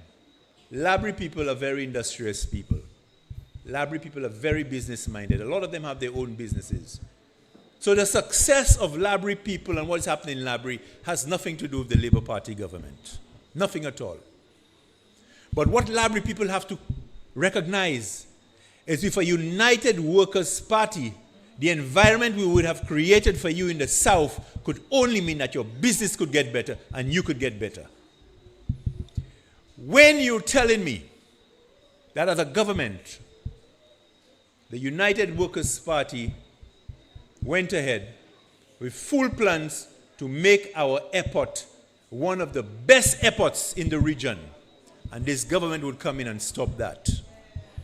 When we had a cruise port where we signed the deal, and that kind of business that would come down from Dennery all the way down to Ancillary. This government cut that. DSH, they cut it. And if there's any reason why the people of Laborie, Vieux Fort should never vote the SLP government again, is the travesty they did in abandoning that modern hospital we are going to build for you in Vieux Fort. If it's one thing, as intelligent people, as people that are looking forward-thinking people, we should have had a modern hospital like what we were going to build in Vieux Fort. But for petty politics, they went to a structure, and we know the age of the structure. We know all what's happening there. And when your representative for Laborie, Augier, you all remember his words? You all remember his words? He said it's a few coats of paint and some chemical, and they would have finished the old structure. And you know what happened? Over $200 million is the price tag they have to finish the old building now. I never knew chemical and paint was so expensive. Brothers and sisters,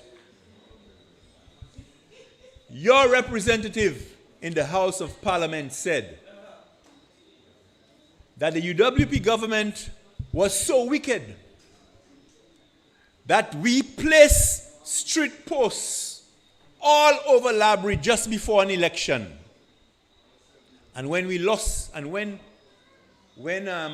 Laborie retained an SLP parliamentarian, the UWP government came and took out all the polls. What he did not tell you, that the only member in that past UWP government is on their side right now, Stevenson King. Alan Chastney was nowhere in the picture. I was nowhere in the picture. Nobody in the United Workers' Party government was anywhere in that picture when that happened. Because we want the advancement of St. Lucia and the South in particular. Because we know the potential of the South. We know what it can do to our people. Our people, when I go up Monday morning early, I see the number of young people taking bus. Okay? From Vieux Fort, from Laborie, from Choiseul, because they're working up Castries. And they have to take bus and forth every day. And these days, transport not easy, the cost of transport. And what this government has done, brothers and sisters, don't let them fool you. Open your eyes on these flashing mirrors. They come with all kind of bearing gifts. But mind you, brothers and sisters, they give you in one hand and they take back in two. They give you in one hand and they take back in two. Because if this government was showing that they were really interested in the welfare of the people, one of the first things they would do is to address the gas prices in this country. Because you cannot tell me as a country, you are gouging based on the price of gas on the world market. You're making millions in taxes and the people have to pay for it. You know why? Because bus prices went up. Bread went up. Every other thing goes up as a result of the high cost of gas. So, brothers and sisters, Laura Jn Pierre-Noel, ça c'est une femme. And why I tell you she's a woman, I have listened to Laura. Laura is focused. Laura knows what she wants. Laura has a vision. Laura is rooted in this community. And a woman who could go up to represent a constituency that has voted Labour for time memorial is a woman you should be very, very grateful for. And as Spider, as Marcella, as our chairman said, this is going to be the first woman representing Laborie constituency in the House of Parliament, and we will see the difference. Yes. We will see the difference. So the Laborians who are quiet, and for the number of years you all have just been going around this same cycle, the time has come for you to deal with somebody that's going to change the tidings of Laborie, Augier. The time has come, brothers and sisters. And we in Choiseul Saltibus will be holding Laborie's hands on that day when that bell is rung. We are going to victory together. And when Dominic comes down from Ancillary Canneries and Harold comes from Soufrière, Bradley comes from Choiseul, Laura in Laborie, and Lady Lee in Vieux-Fort, when you see we heading up, like they say, the code is yellow. The code is yellow. And we're heading up and we're painting St. Lucia yellow. Let us not forget the good things that the United Workers' Party did in the last cycle when we were in government. Let us open our minds to what the Labour Party is doing right now. Laura Jn Pierre-Noel is not for her pocket. She is not for her pocket. She is for the constituency. She is for the community. Like the men and women on the United Workers' Party platform. Compare the men and women on the United Workers' Party platform to the men and women on the St. Lucia Labour Party platform. Black and white. Contrast. And you will recognize where the better decision is. Brothers and sisters, before I leave, I'll say one thing, and I've said it before. Labour Party have hacks. Flambeau have hacks. You cannot change these people's mind. It's the people in the middle that are going to make the difference. And I am of the view that the people in the middle are the people who think critically. And if these people in the middle cannot recognize where St. Lucia is heading under the Labour Party, Eben Nufini. But I have hope and I have a strong conviction that the people recognize that based on what is coming down in this world, the challenges we are going to have to face in tomorrow's environment, the best party and the best leader under Alan Michael Chasney is the United Workers' Party. I thank you very much, brothers and sisters.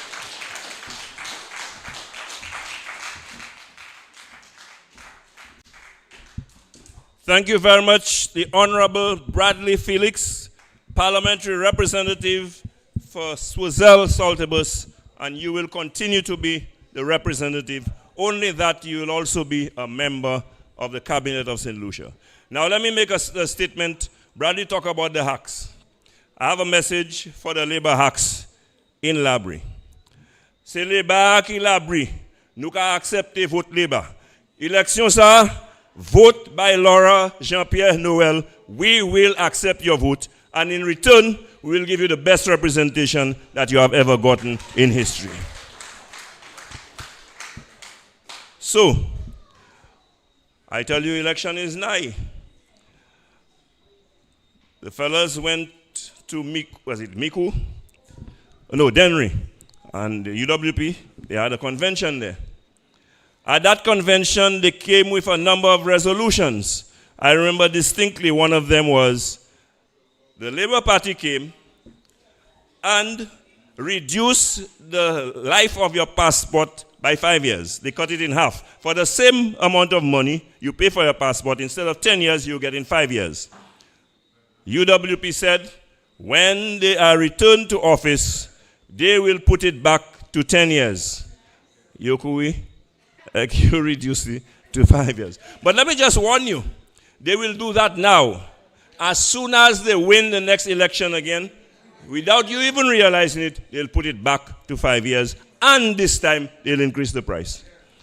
So, we're talking about the things that we have as our vision, the things that we have as our policies, the things that we have our plan. They're now trying to embrace it because they realize and they're admitting indirectly that we are the party of vision. So when Bradley tell you, they're all of a sudden talking about a cruise spot in Vieux-Fort, that is a United Workers' Party idea. But do not be fooled. I remember in 2021 when I said, "Pa kite shall kenau." Pa kite shall kenau. We shall build a cruise spot in Vieux-Fort. That will not happen. Tell them first, divulge to you the information in the secret deal with GPH that they have given the Castries and Souf report and what other promise they made to GPH.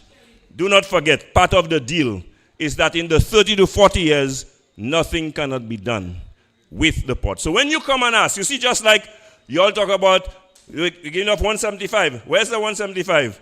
And you know what they tell you? What is behind is better than what is in front. So wait the next time, those of you who did not get, well, was it, yeah, 70, no, 150, 1,005, sorry, 1,005, but you all know. When we were giving $500, Philip Pierre stood on a platform and said, he will triple it. With a Labour government, you'll get 1,005. When he got into office and they reminded him of that, he said he never said that. Okay? By the same token, he will tell you he can't do anything. His hands are tied. There is an agreement. And so, nothing can be done. That is what will happen to you. Do not allow yourself to be fooled by this government. Because they have no good intentions, no good plans, no vision for this country and for you. All they are doing is what I call self-service. They are only there to make themselves, to make their pockets. I see one in Grozile. In 3.5 years, the man turned from a humble son to Macedon. All of a sudden, the man is a multimillionaire. I know. He came from the same street with me. I know he did the same thing I did. He was a youth and sports officer, so was I. He's a minister, I was too. He say, well, he also made money from being in the media. These days I'm a talk show host. And I telling you, I make no money yet in all of them things to come close to giving me anything like that. And remember, I do not operate as an individual. I have a partner who also contributes to the pot. So when I tell you ball is rife in the St. Lucia Labour Party, don't question me. And I can stand on this platform and I can say openly, without any fear of any contradiction, that you have a corrupt government in office today. So ladies and gentlemen, let's correct the mistakes. And as the Flabo would say, let us right the wrong. That's right. And so, ladies and gentlemen, we have one of our deputies who was the Minister of Tourism, and he served with distinction. So much so that St. Lucia is still reaping the benefits of his vision and his work. We want to bring him back. But for him to be back, he has to be back in Parliament. And I am pleased, happy, and proud to say that the people of ancillary countries have made it absolutely clear, and the whole of St. Lucia knows that. One of the first seats to return to the United Workers' Party will be the seat of ancillary countries. So, ladies and gentlemen, let me bring you one of the leaders of the party who will be part of the restoration to progress and development. Ladies and gentlemen, please help me welcome Senator Dominic Fady, the next parliamentary representative for ancillary countries. Good night, good night, good night, good night. Flabo massive. Flabo massive. Good night, Laborie. Good night, Augier. Good night to Vieux-Fort South. And good night to all the surrounding constituencies that have come to give support to my girl, Laura Japierre. Before I go any further, I want to take some time out to express condolences to a very important man of this community, Mr. Watson Louis. I want to extend condolences to his family on the recent passing of Mr. Louis, who was a principal of the Augier Combined School, as well as a pioneer of the amazing credit union here in Laborie. Laborie has one of the strongest credit unions in St. Lucia, and they remain a shining example for many credit unions all over the country. Where is Laura? Where is Laura? I need to feel your love, baby. Come here. There you are. Now, Before I go into the meat of my speech, I want to tell you a bit about Laura from my perspective. The first time I met Laura, I got the distinct impression that Laura is a woman of courage and strength. Laura, in meetings, when you meet with the women's arm, when you meet with the youth arm, because she, even though she's a young woman, she's a stalwart of the United Workers' Party. She's been around Flabo for a very long time. But when Laura spoke, you had to listen, because Laura had this commanding voice which says, listen to me, I am making an important point. And so that's the first quality about the individual that is about to represent you, the people of Laborie. The second amazing quality that I admire is that from a very young age, Laura exposed herself to victimization. And she became a political activist with no fear or favor. And she told it like it is when she hosted that show, What's Happening Now, on DBS. And I thought, wow, what a courageous, strong, powerful young woman. The kind of woman we need in the leadership of Laborie. And then the other thing I love about Laura is that Laura is a businesswoman. Too many people come to politics with no ability, with nothing behind their name but a couple degrees, but they have no real life experience.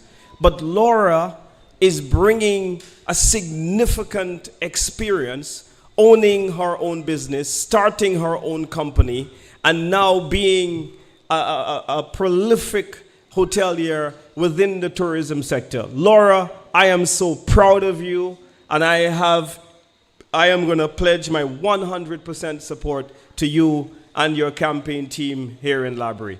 And you can call upon myself and the team in Ancillary Canneries, and we will be here to support you to create history in this constituency of Laborie, Augier. Let's hear it for Laura, ladies and gentlemen.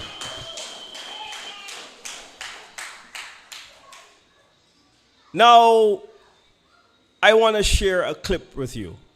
You guys know that Kenny Anthony dropped some bombshells this week. So I want to play a clip because I'm going to deal with some of that tonight. Same. But there is honor, there is integrity in politics. It doesn't follow that once you choose to become a politician, that you become despicable, that you engage in the worst possible behavior, that you are corrupt, that you are evil, that you do not understand right from wrong. I said to you that there are people who can make a difference in politics. And no matter what they will say about my legacy, I know in my heart that I have made a difference in the politics of this country. All politicians are not the same. Dr. Kenny Anthony, you are a pathological, compulsive, blatant liar, deceiver. Kenny, tonight I call you a categorical, compulsive, pathetic, categorical liar. Kenny, you are a mighty deceiver. You have deceived the House on more than one occasion. And I'll not tell you, take me to court. Now, as I was watching this speech during the week, I saw somebody made a comment on Facebook. There were many comments, so it was hard to follow. But there was one distinct comment, and that comment reads this. Listen to this. With hindsight at my disposal, I must say you were a great leader indeed. Guess who said that? Guess who said that? Now, when someone tells you that they have got hindsight at their disposal, it means that that person have got information that they have not had before. That person now have experience. And with experience, they have now decided to change their minds. Now, back in 2006, Kenny Anthony told Richard Frederick that he was the most frightening prospect to the development of St. Lucia. In fact, he went on to say that Richard Frederick was the most frightening thing to have happened to the politics of St. Lucia.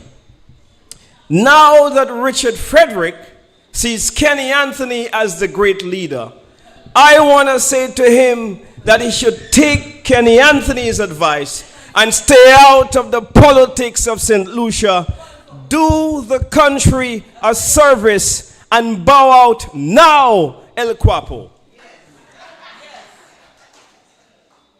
Now you see, we didn't listen to Kenny when he told us that Richard Frederick was the most frightening thing.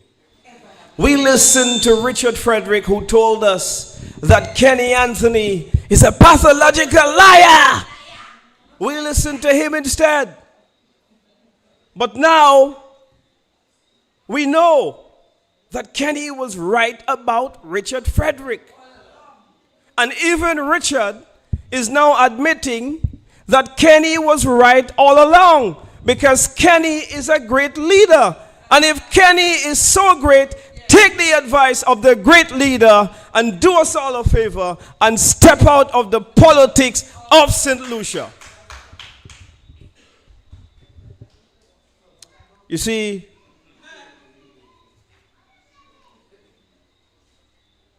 Richard Frederick has the opportunity to do the right thing. Go home and smoke your pipe, El Guapo, now. Now, that speech delivered by Kenny Anthony was a historic speech. In fact, when you think of the makeup of the speech, the context, I mean, could you imagine Guy Joseph is having his farewell meeting and he says, Alan Chastney, I don't want you there. Spider Montoot, I don't want you there. Dominic Faley and Bradley Felix, I don't want you there. Guy Mayers, Herod, Stanislas, I don't want you there. Why you think Guy would hire a whole song system, hire a whole TV station to do a live Facebook stream, have a big meeting? He didn't decide that he's going to come in a closed hall like we are in here and he can lock the doors and he have somebody at the security at the gate to say, well, allow Joycelyn to come in but don't allow Marcella. He didn't do that, you know. He go in the open in Vieux-Fort and he warned his colleagues, I do not want you at my farewell party. Could you imagine that? Could you imagine? A man who has contributed so much to the Labour Party. A man who has been credited with the reorganization of Labour since 1996 is now saying to the people who he ran the last elections with as a team that none of you are worthy to be on my platform. And I respect that you honor my wishes, because I want to have this meeting alone without you. You know, it's like Christ saying to Judas at the Last Supper, please don't come to the Last Supper. Just allow all the other disciples to come, because I know, Judas, you will betray me. That's what that resembles. But you see, it makes a very telling statement. It says something quite profound about the relationship of Kenny Anthony and his own political party. It tells us that all is not well in the Labour Party camp. That's what it tells us. It tells us that there are some things going on, and Kenny has warned them that if they push his button, and I want to quote him, he said, look, now that I am free, now that I am unchained, as I make my exit, I am free to comment on the political situation of my country and my constituency. Now, if I was Pip and I was hearing that, I would shake in my boots. Because the first thing I'll say, what does Kenny know that I don't want the rest of St. Lucia to know? And what secrets is Kenny holding that if he goes out and drop this bombshell, that will cause the whole Labour Party to fall apart? And I'm sure that Philip J. Pierre is the most nervous man in St. Lucia as we speak, because he received a lot of warnings from Kenny Anthony in that speech. But you see, something that was quite clear from all that happened, it is a word that we call betrayal. We all know how Kenny Anthony feels about El Guapo. We all know that Kenny Anthony, why he did not enter the cabinet, even though he said on the Viewfort meeting that he didn't want Philip to walk on eggshells. I mean, what a thing to say. I mean, if I am coming to clear up something for Guy, if, for example, Guy, and I'm trying to clean up and make Guy look good, of all the things in the world I'll choose to say is that I didn't want to go in the cabinet because I didn't want Guy to walk on eggshells. Do you know what that means, to walk on eggshells? If Guy is walking on eggshells when I'm around, it means that Guy is nervous when I'm around. So Kenny Anthony was saying that Philip Pierre would be nervous if he was in the cabinet. And so the speech is a speech that is very compelling, with a lot of strong messages about what is happening within the St. Lucia Labour Party. Listen to what he says, and I don't understand this at all. After Kenny Anthony chose to be alone, I mean, organize a whole life to tell the world that he doesn't want to, why he didn't choose to be part of the cabinet.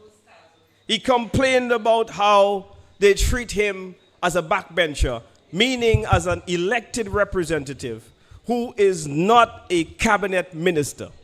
Imagine, Kenny Anthony is complaining about the way his own party treated him as a backbencher, as a minister who's not in the cabinet. So while Alva and Richard Frederick and Kenson Casimir are doing endless projects, Kenny Anthony is begging for projects. In the last budget speech, you should have heard him saying that when he read the estimates, he heard Viewfort mentioned only once in the budget, once in the entire budget. And you know that the budget is a very big, thick book with lots of documents and lots of numbers and figures. And he said that Viewfort was only mentioned once, and reiterating again how badly he's treated within his own government, the members of his own party whom he refused to sit with. And then he goes on to say this. He told the whole world that he doesn't want any buildings, any community centers, any schools to be named after him. Now, look at the contrast to this. You have the Sir John Compton Dam. You have the Clendon Mason Secondary School. You have the Julian R. Hunt Highway. You have many different buildings of importance named after politicians. But Kenny Anthony is saying to his Labour comrades, I do not want you to recognize me in any special way. Just imagine Guy said that to me when he was retiring. I mean, that is the most insulting thing that guy can say to his United Workers' Party comrades? I mean, we are going to have to name the Forestier Road after Guy Joseph. And I'm sure that guy will say, I have made a significant contribution, and that is deserving. That is what you do when people have served the country and their constituency well. But here is Kenny Anthony saying to his Labour comrades, I do not want you to name anything after me. Now, why would a man say that? Why would a man refuse any gifts that you can give?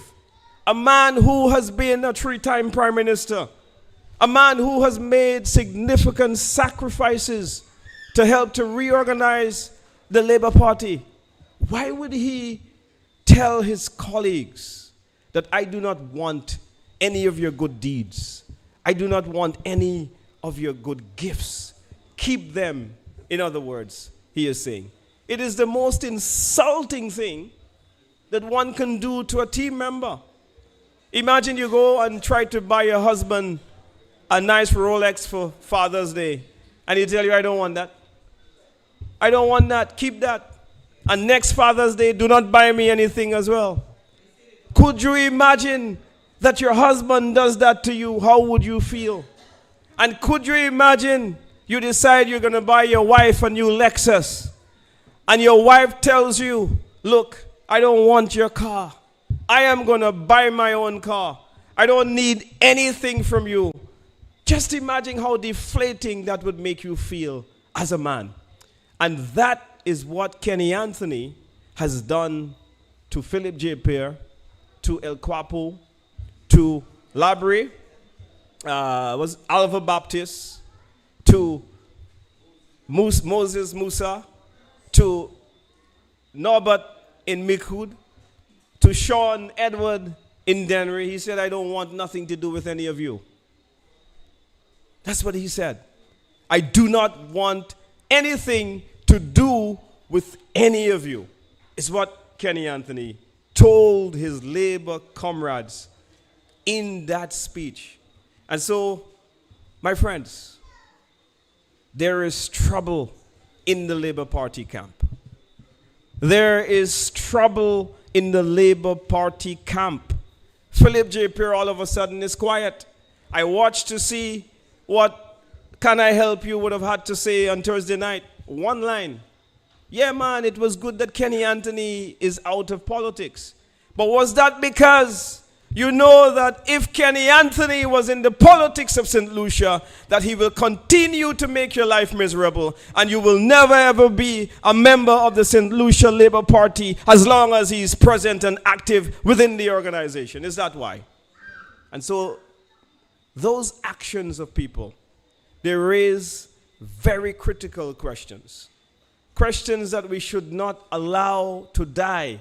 Questions that we should stay on and keep asking until we get the right answers, because there is something fundamentally wrong with what has happened in Vieux-Fort this week. Then he goes on to say this.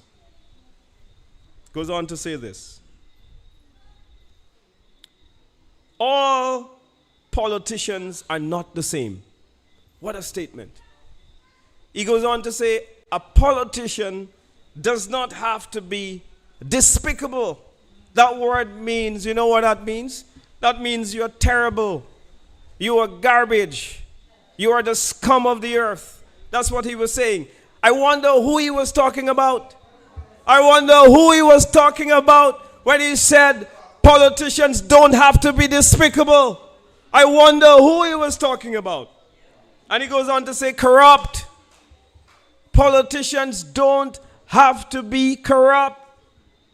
And then the worst possible word that one can use to describe someone was used in a carefully thought out speech, well-written speech. He wasn't speaking off the cuff. He said politicians don't have to be evil. Evil. I mean, that is a venomous word. When someone tells you that you are evil, it is the worst possible word that they can use to describe you. Now, it raises a significant question. So on the first hand, he said, none of you, my colleagues, I want you on my platform. And then he says, a politician does not have to be evil.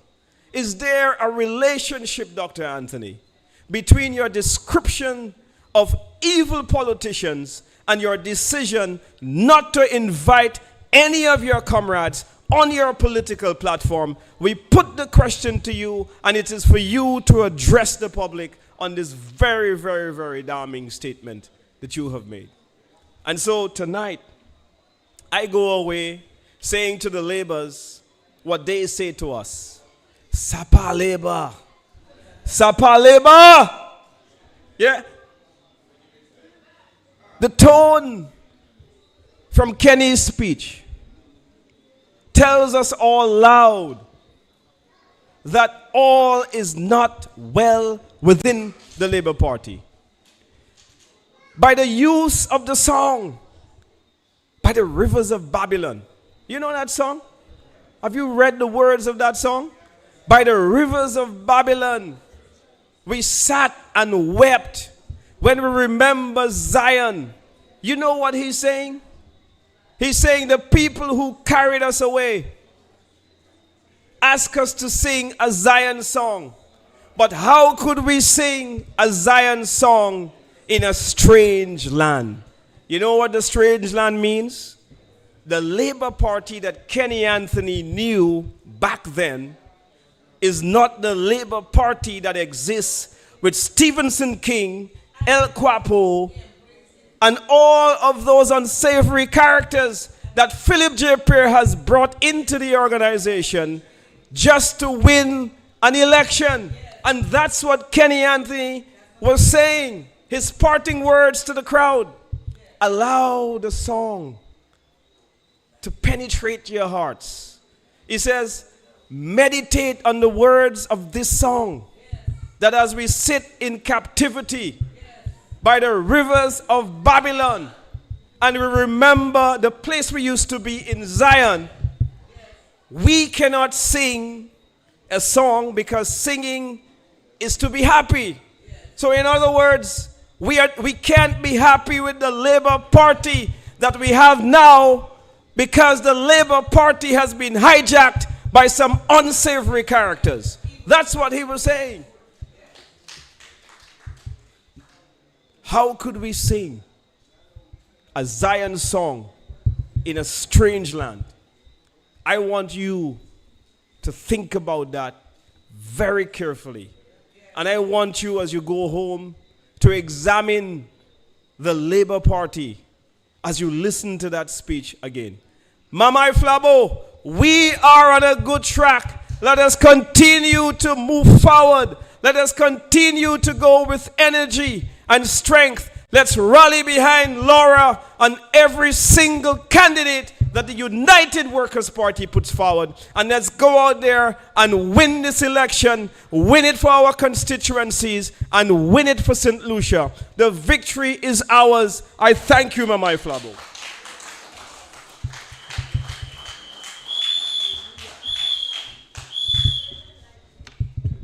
Thank you very much, Senator Fede. You just heard one of the deputy political leaders of the United Workers' Party. And can we answer one of his questions for him? I know, and I'm sure you know too. Who was Kenny talking about when he's talking about despicable politicians? How all of you all say El Guapo? So, you know, I've said many things about that individual. I've said that the things that he has done is unspeakable. But you're saying Kenny is saying that he's despicable? Well, that's for another show. Talking about shows, I want all of you to join me tomorrow night on Like It Is, where, you know, we always tell it like it is. And of course, next Saturday, the Southern Sisters, you know, we have two ladies vying in the South who are soon to become parliamentary representatives and members of the UWP government. We have Sister Laura Jn Pierre-Noel, and we have Lady Lee in Vieux-Fort South. Of course, tell Kenny, if there's one thing he should not worry about, is that we already have his replacement. and that will be Lady Lee. So, on Saturday, join Lady Lee and Laura in Viewfort South, where we will be having a grand community night. I ask all of you to be there. Tickets are still available. Tickets are still on sale. Let us go out and support the sisters. And no, not Viewfort, is by Debbie's. By Debbie's in Safi. Okay, and that is in Laborie. But it is in the south. You know, once I hit past Miku, is Viewfort for me. So anyway, ladies and gentlemen, I will now, before we close the show, call on the next deputy political leader of the United Workers' Party. But before I do, you notice what happened on Wednesday night. I was invited to Newsmaker Live, and we had plans to discuss all kinds of things, and then suddenly we heard of that new development, Kenny Anthony announcing his retirement from elective politics, and so Timothy Polio tuned in and so on, and was asking me about my views, Manyashai views, but I didn't think that was the right time. But you will be hearing my views about Kenny Anthony, and about his tenure, and about his legacy. But you know, at the end of the day, what I can say is that anything that is happening now in Viewfort, those seeds must have been planted within the last 3 decades. Kenny Anthony has been representing Viewfort for the last 28 years. If it is good, he can take credit. If it is bad, he must take blame. That is all I have to say about his legacy for now. And as you go, if you did a great job, in other words, I'm saying to Laura, because I'm in Laborie now, for however long they keep you as a parliamentary representative, when you are leaving, what I will do is ask the people of Laborie, how do you describe Laborie? If they say a great constituency, I say, well done, Laura. If they say Maji, you failed. So, I asked only one person so far, and so I reserve judgment. The person told me crime capital, but I ain't dealing on that. If Viewfort is now the crime capital of St. Lucia, all I'm saying to you is that I wonder why. And I'm asking who presided over that. So if Kenny is leaving, and is leaving with a bitter note, there are many reasons why. And to make matters worse, he is not happy with his camp. You heard Dominic tell you about Zion. Because I see you looking back and telling them, play the song by the rivers of Babylon. Well, the more you look back, Kenny, the sadder you will be. Because what you have left behind is a dismal story. A prime minister who has no clue, a prime minister who has no answers, a prime minister who has no principles. I'll say one thing about Kenny. I will not certainly admit to him being the greatest leader there is. He is not. But I will tell you this. He has some principles. And I am saying he did not take a cabinet seat, not because he had cases to deal with or medical issues to deal with. He did not take a cabinet seat because of the kind of characters that Philip J. Pierre brought into the cabinet. And the chief culprit among them, when I speak, I don't speak in nebulous terms. You know, you don't hear me come in and say about the authorities, Adi Bradley is a Bradley, Adi Guys is a guy.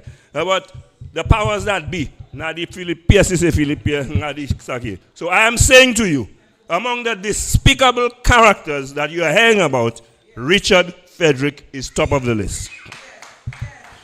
And whether Kenny want to admit it or not, that is one of the reasons why he did not accept the cabinet position. Now let me go further and to say to Kenny Anthony, Ujaba advice, Madam position Bubawa advice too. I remember in the 2011 election, when they withdrew El Quapo's visa, okay, and he was being accused by Kenny, Pip, and the gang of being a drug dealer, a money launderer, and even a murderer. He came to Grand Riviere in Grosile, and he had this to say to me. Spider-Man Tooth has carved a niche for himself. And he thinks that's good enough because he's above the fray. But I said to Spider Mountain, it's not good enough not to be involved. You have to speak about the things that happen around you. Bon, reverse bout. Kenny, it is not good enough to tell us you're leaving and you're not happy. Tell us why you're leaving and you're not happy. And if there is a problem in Zion, tell us what the problem is.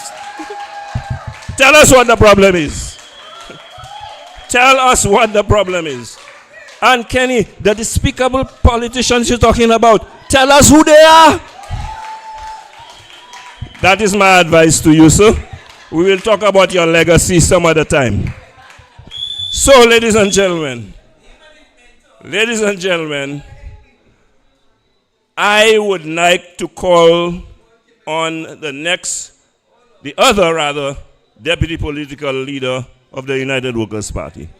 But more importantly, the guy who will be returning as the parliamentary representative for Castries Southeast.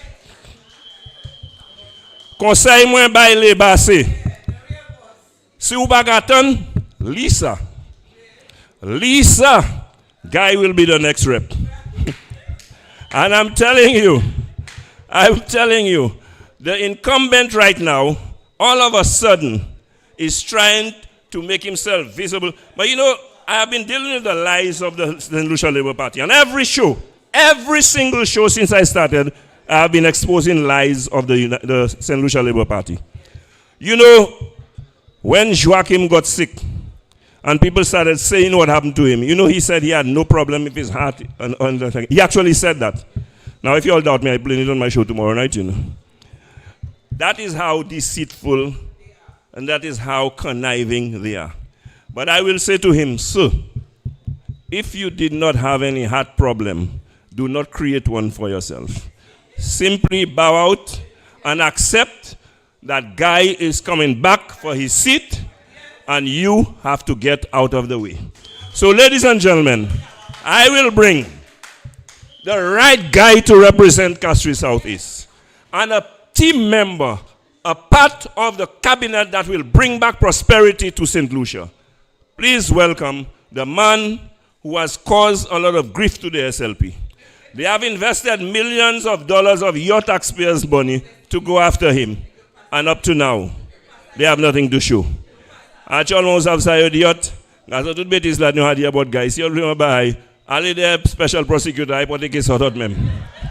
The people who are telling you that there's a case are saying to you, not the people, I start to speak like the rest.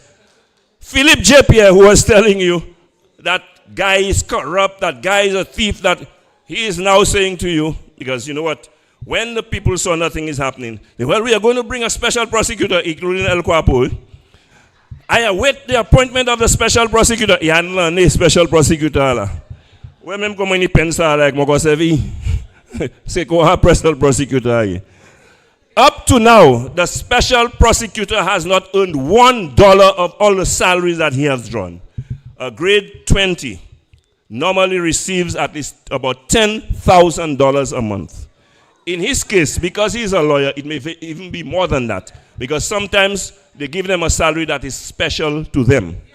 That's personal, with the perks. So, calculate all those years that he has since he's been appointed, all those months that he has been drawing a salary, and what has the country benefited for that. We must stop the waste that is taking place in the name of politics. It is time to get rid of political gimmicks and engage people who will get down to business and get involved with the development and progress of this country. I now call on one such guy, Guy Joseph, the next representative for Castries Southeast.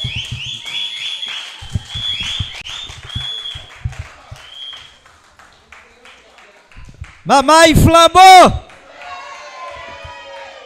Good night, Laborie. It's nice to be in the village of Laborie tonight. I bring you special greetings from Castries Southeast. Now I must tell you, I have a problem in Castries Southeast. The problem I have is a problem I've always had. And the problem is that everywhere I go in the constituency, the people telling me, guy, you win already. Except member I win sa ek yo come kadimwe se sayote di ek yo pa vote. Now I know they are listening tonight. I want them to know we win election on election day.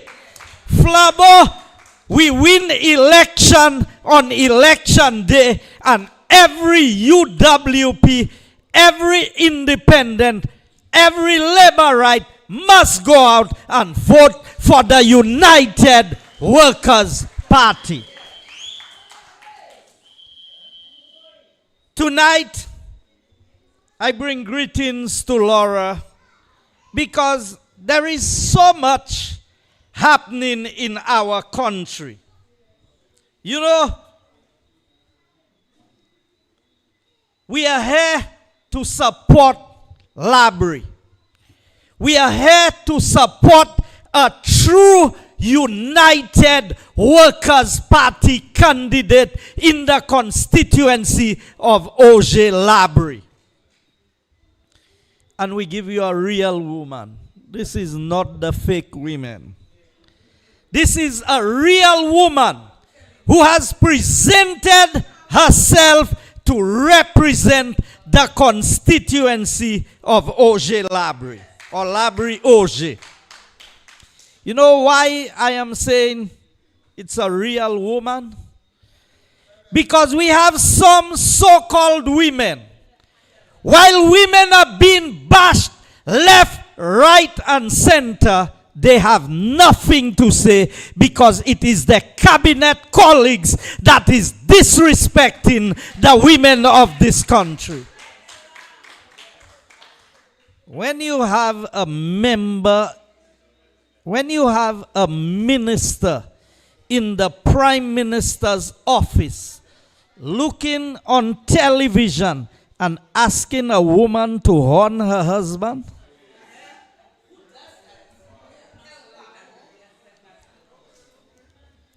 and we have nothing to say about that as a country.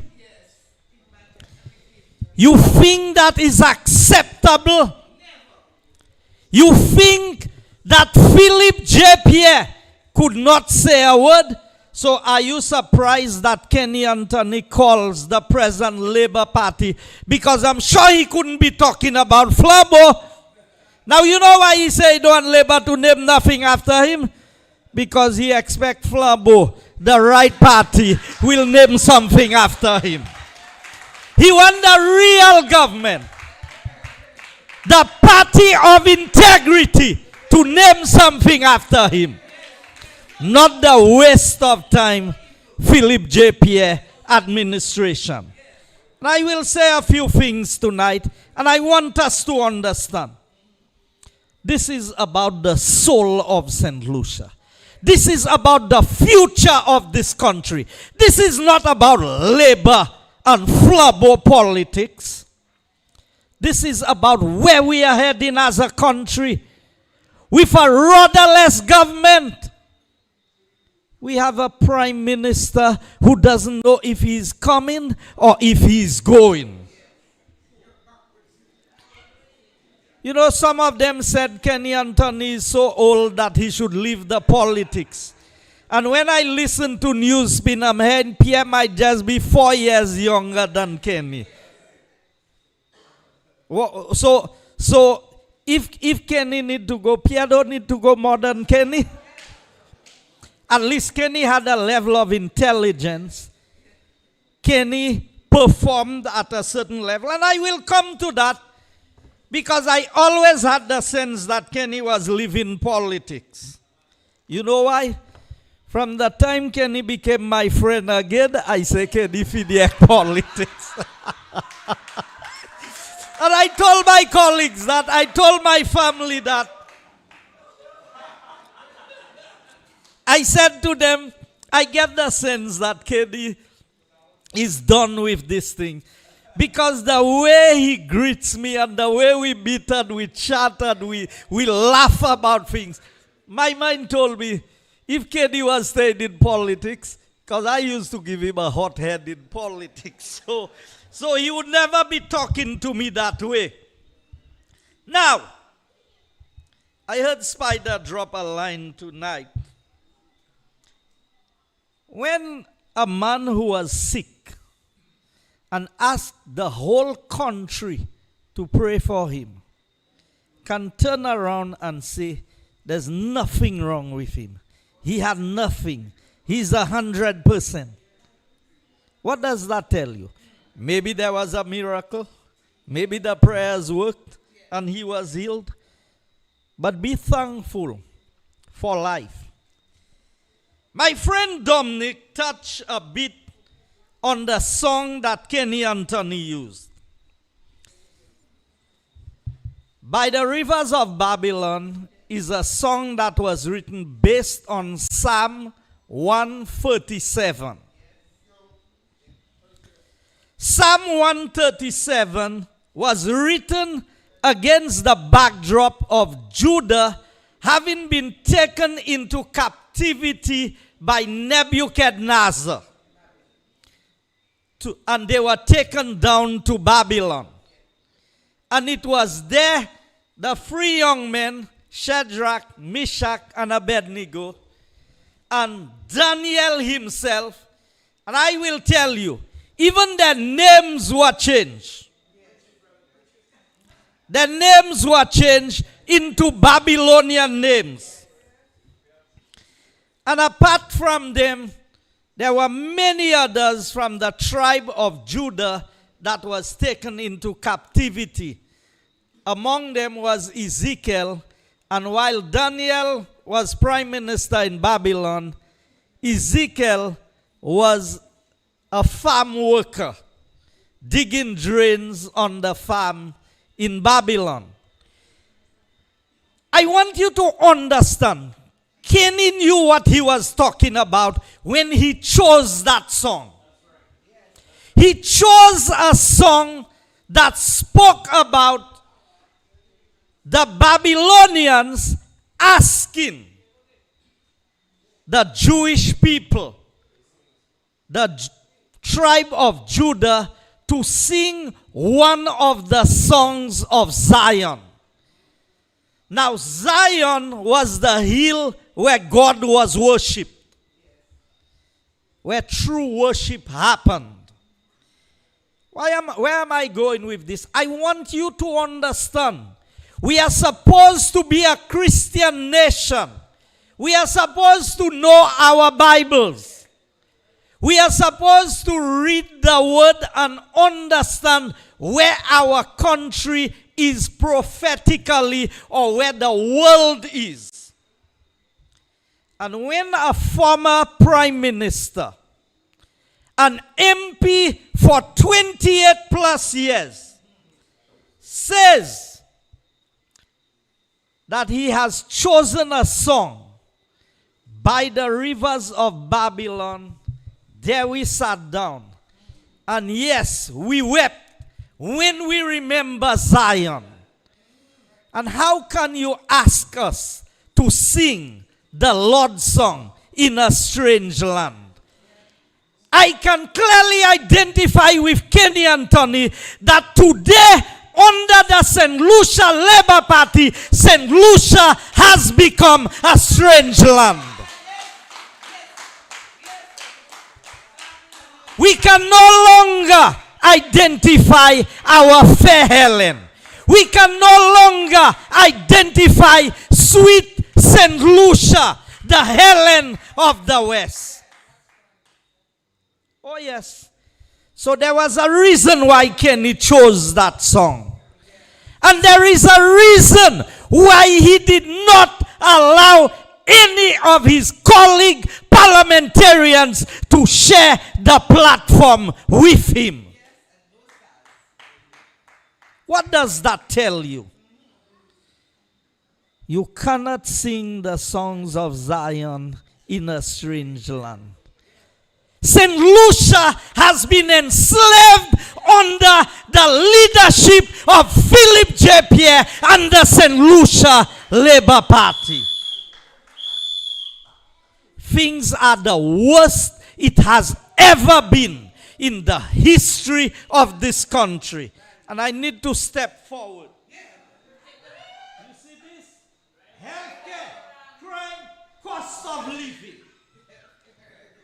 We need to right the wrong in St. Lucia. Philip J. Pierre and the St. Lucia Labour Party do not have the capability to fix things in St. Lucia. And Kenny knows that. He gave little hints here and there in the parliament when he spoke.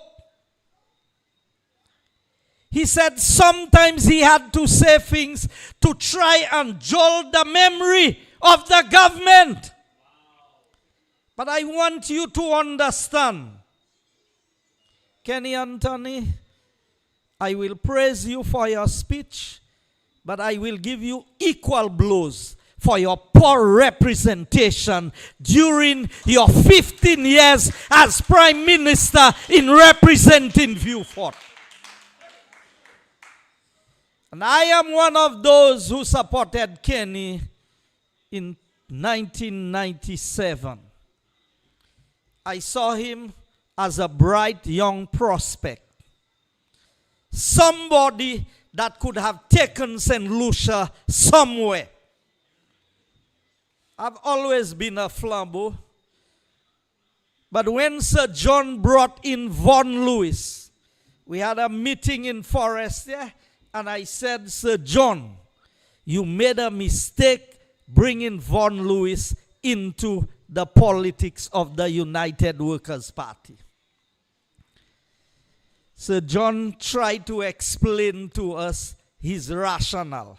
And I said, Sir John, I have no confidence in Vaughan Lewis. So said, so done.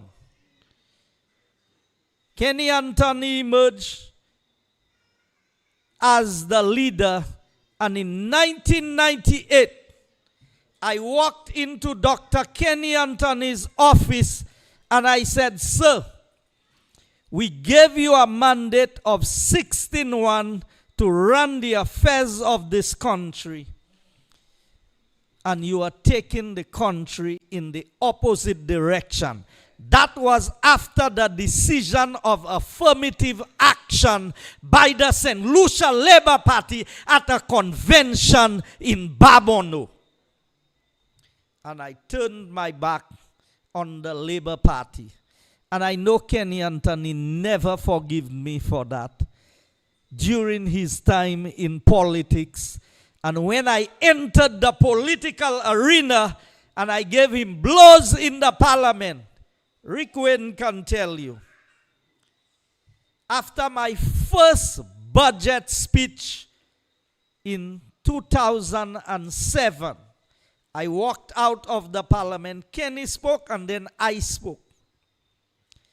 And then Rick was sitting on the edge of the desk. There's the step that is going upstairs. Kenny was standing there. Rick was on the edge of the desk, and I walked out. And I extended my hand, and I shook Rick's hand. And when I extended my hand to Kenny Anthony, he looked at me and he said, after all this, you still want to shake my hands? And he refused to shake my hand. And Rick told me, don't worry about him. I was just telling him, your speech, and his speech was the best presentation in Parliament. And then he reluctantly shook my hand. I will tell you the nature of individuals when they are in politics. We were sitting in the Parliament. Kenny was in opposition. Kenny Anthony, you say you are bowing out of politics. You will talk. Well, I start talking before you. Says after an hour and 37 minutes, upadi Sauden Budia, ngai di Samen Budia. Kenny Anthony, I walked in and I took my seat. And Kenny Anthony waves.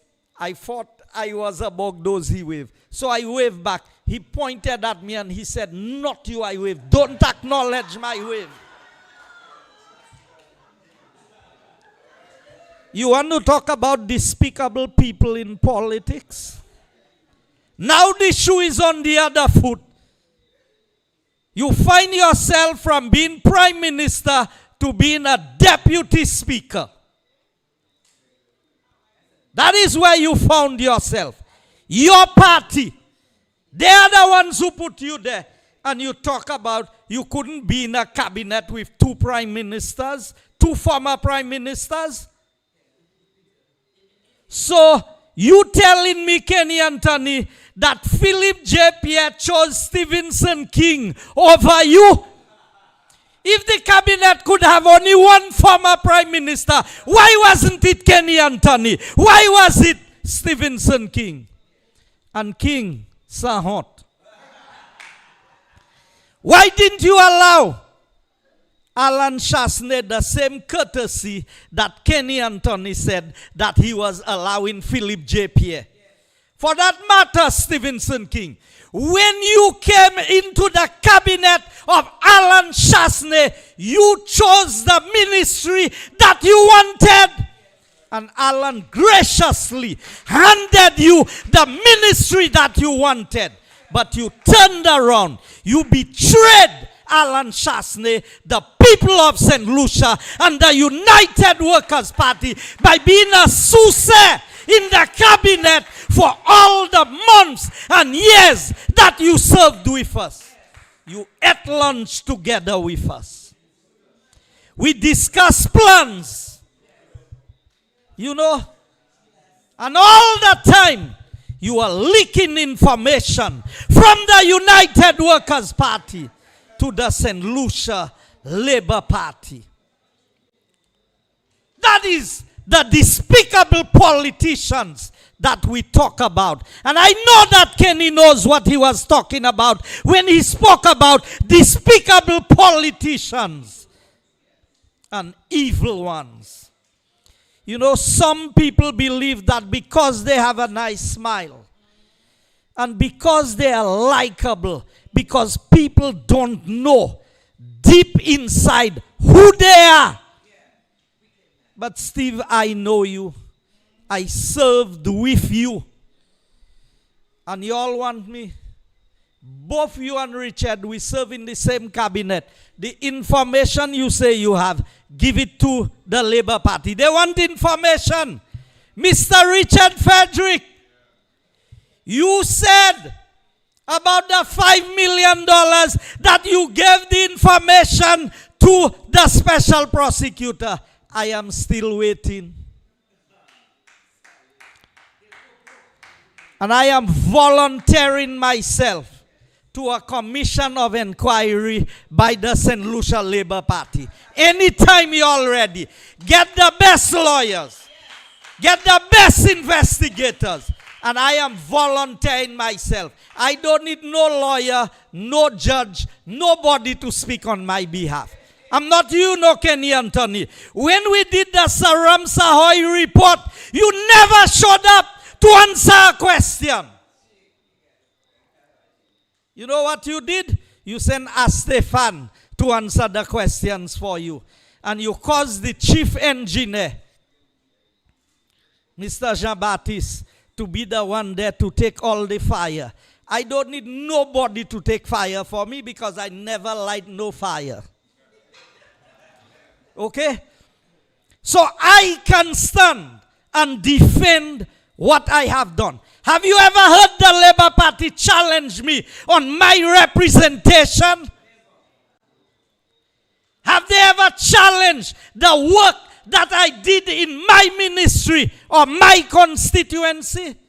They cannot, because none of them can outperform me in any task that we are given to do. Most recently, I heard them talking about, is my wife that did my papers for me for my degree. But I want to tell the Labour Party something. I want to tell them something. Then it must be my wife speaking here tonight. And all the licks I gave you all in cabinet, in parliament, must have been my wife, not me. You see, because I spent my years in government, and you can go and ask all permanent secretaries, nobody writes speeches for me. And I don't go and regurgitate anything anybody give me. Anything I don't understand, I don't speak about it. I maintain who I am. I am an original. I'm not a copy. I'm not a photocopy. I'm not a fake. I'm the original guy. That's who I am.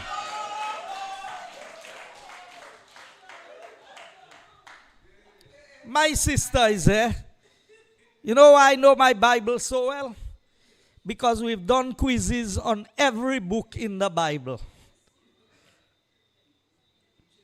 And in church, nobody answers more questions than me. You know why?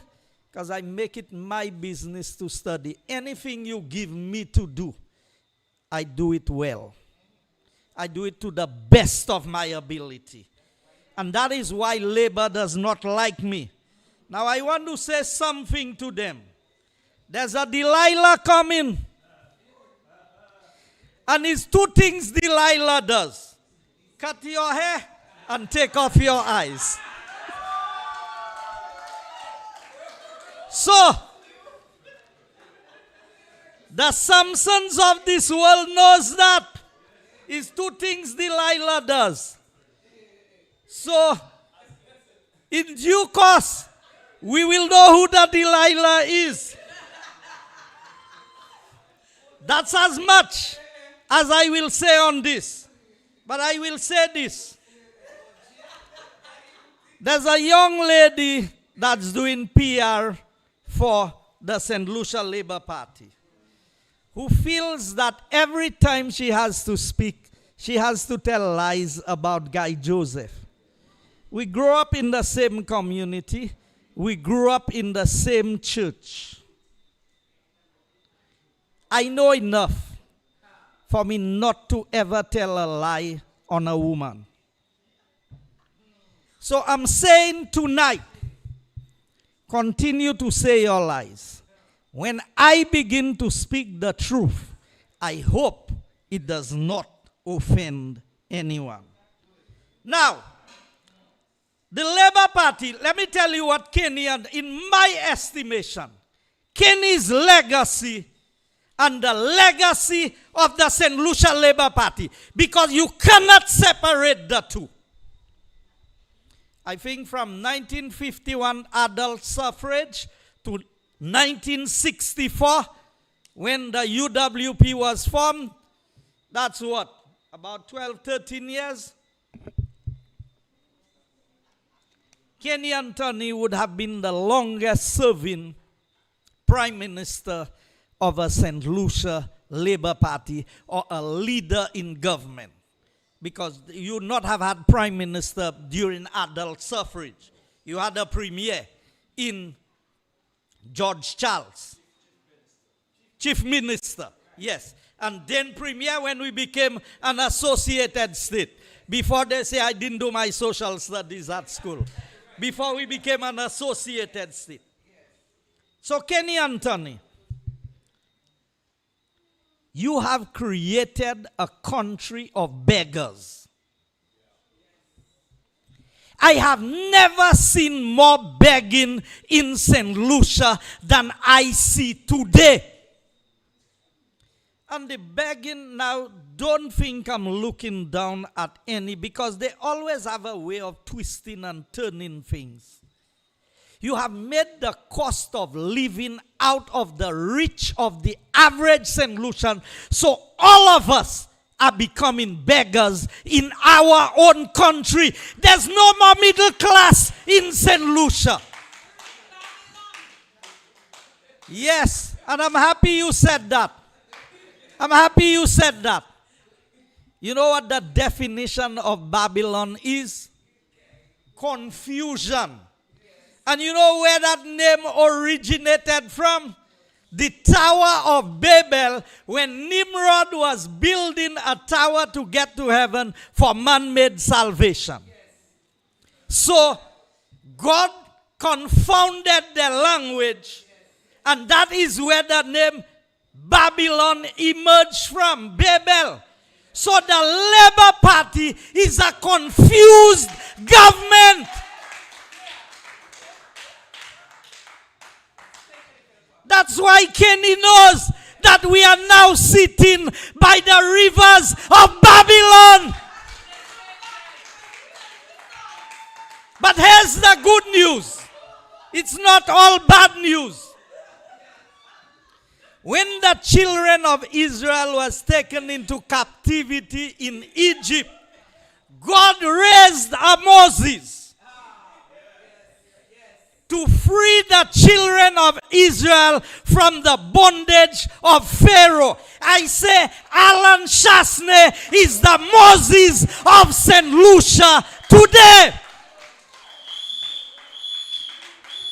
That is the leader that is going to lead St. Lucia out of confusion, out of the bondage of slavery of the St. Lucia Labour Party, and take us to the promised land.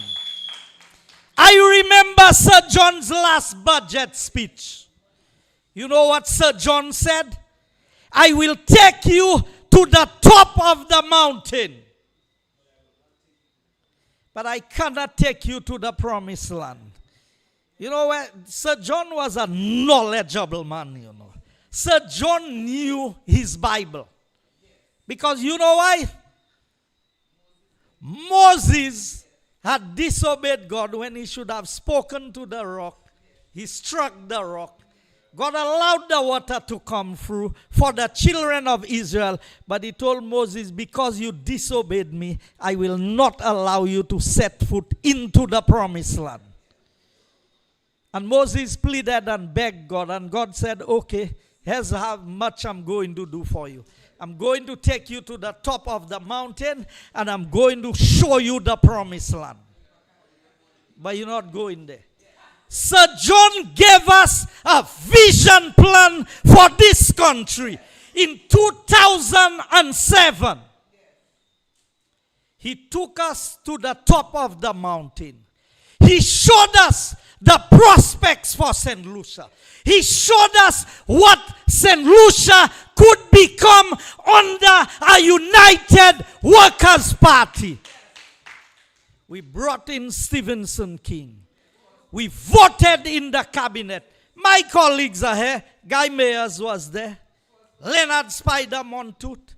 We all gave our 100% support. For that matter, Spider was the deputy leader and was the one who was rightfully entitled to become the prime minister. He gave his support to Stevenson King.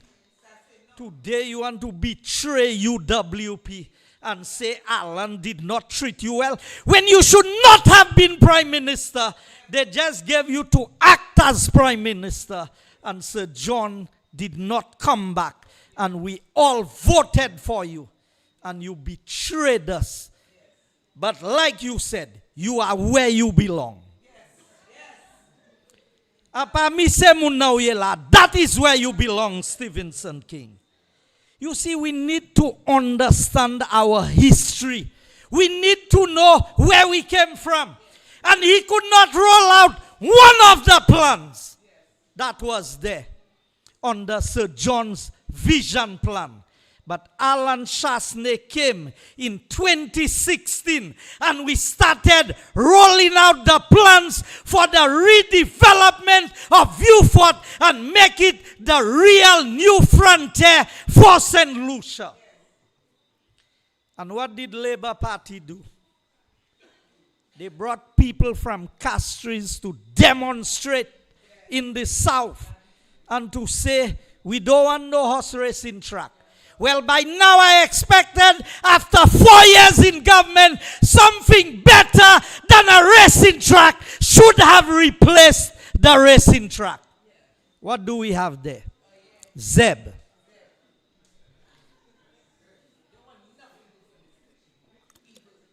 You see what I'm telling you? Kenny never had a plan for the South. And Pierre dislikes the South more than Kenny. So they went and signed a deal with GPH. They tell you, oh, we come in and build a cruise port. Conspider the shall. Pakite shall kwenel. Because the agreement with GPH says that for a port to be built in Vieux-Fort, GPH has the first right of refusal. Yo poko sa mem kuma se Castri. Now, Slasper, Stevenson King, and Philip J. Pierre. When it was Marjorie on Casaba Beach, it was Jack don't want me to bathe on my beach. I have the letter of the $35,000 you're offering the people at Banans. Why are you removing the people who established at Banans for GPH? And why is only $35,000 y'all giving them when y'all were telling Cabot how much money they had to give Marjorie? So the people in Banans is 35,000, and you give them a letter and you give them 3 days to respond to you. And you telling them once they sign on the bottom line, nothing can change. Let me tell you, this country is being sold right under our nose, and all of us want to be there about whether Alan is white man. Alan never sold the property of St. Lucia to foreigners.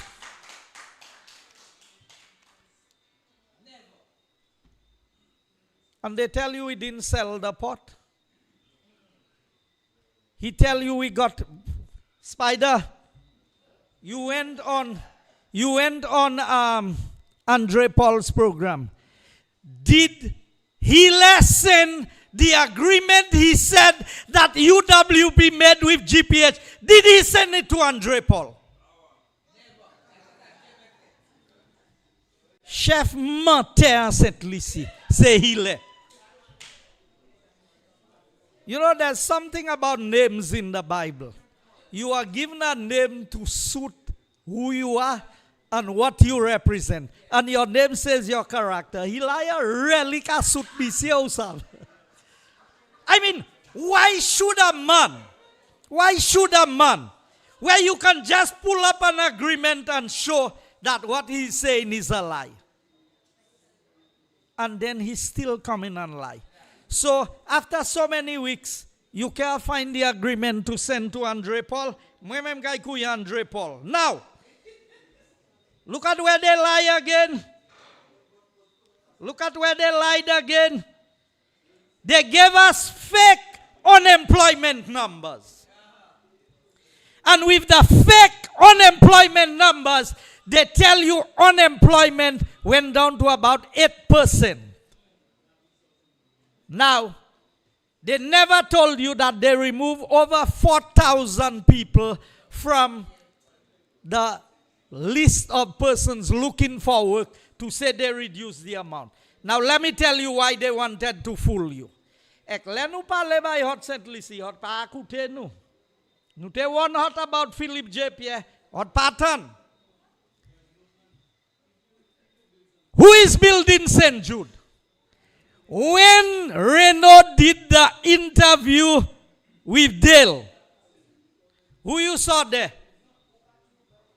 People like me. But they not St. Lucians. But answer. Monsieur Richard Frederick te di mwen ka me masa bote ka vie vwe mwen India kuma. So tout se travaye a ki St. Jude la yo pa me masa bote vwe yo vie ko yo sorti ya. So se mwen kay vwe so pa vwe Renaud pa même chivek mwen. You see, we are being fooled. And it's unfortunate that too many flabos are falling for the nonsense that Labour is saying. Labour want to tell us who's good for us and who's not good for us. So Cisse Bradley, qui dit qu'a fini avec politics. Et qui dit pas vle gars, il pas vle ni pas vle dom, ni qui pas vle nous pièce à cette plateforme li pour parler by Jean Choiseul. Ça hote kay dit. Bonbon Bradley brûlé avec flambeau. So bonbon qui ni pas brûlé avec les bas. Eh ben si bonbon il pas brûlé, la Bradley brûlé. Si bonbon il pas brûlé, la Bradley brûlé. You see, we must open our eyes to the reality of what is happening around us. Now, let's get down to business. After they already have about 300 workers Renault brought in. And how long has Renault been on television telling us St. Lucians don't want to work? How did these workers get work permits? All work permits must be approved by a minister. So how did they get the work permit? Now, Galaxy, I'm coming to you. Galaxy just brought in 60 Chinese workers to work on the project. Ek meten 8 pièces Saint-Lucien ka travail là.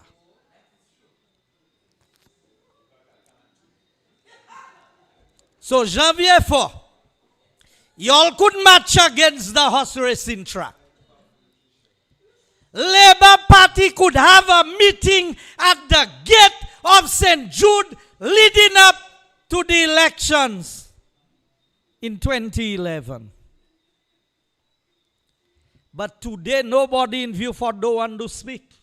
And I heard there's another company going to bring down another 300 workers. Because when they called me on Friday and they told me such and such is happening, you know what I said to them? We have to stand against what is happening at St. Jude because it did not affect you directly. You don't want to stand with your brother. You don't want to defend your sister. When your turn will come, nobody will stand with you. That is why we are by the rivers of Babylon under labor. We are in bondage and we need freedom. Alan Chasney is the man for the job. And I hope an apology was made on his behalf because he is not here, because he is attending to family matters. But I know that if he was in St. Lucia, he would have been in Laborie tonight. I want to ask you, how can a government sell our passports and tell us that the money does not belong to us? I just forgot my passport when I left home because I wanted to show you my passport and tell you it says St. Lucian passport. It doesn't say Galaxy passport. It doesn't say Chinese passport. It doesn't say hotel passport. It says St. Lucian passport. How can you here sell thousands of St. Lucian passports and tell us that the money is not ours, and all of a sudden you telling Galaxy, let's renegotiate the arrangement, and Galaxy tell you, well boy, too bad. It's your fault. So I have the GPH agreement and I have the letter that was sent to some of the persons occupying the Banans Bay lands. They always wonder where I get in information. You know why I get information? I have all the messages from what was happening on the other project, the hotel project. You know why? Because St. Lucians know who has the best interests at heart. And so I will tell you one other thing. Tonight, we had a meeting with the UHC consultants. The opposition was asked to meet with the UHC consultants. That's the universal health that Philip J. Pierre promised. Now, I understand protocol, and I understand how things ought to be done. So, Mr. Prime Minister, I'm addressing you and the Minister of Health formally. I'm giving you 1 more week to tell the people of St. Lucia the truth about NHC. Not NHC, UHC, Universal Health Coverage. Because y'all have been giving the people of St. Lucia false information about UHC.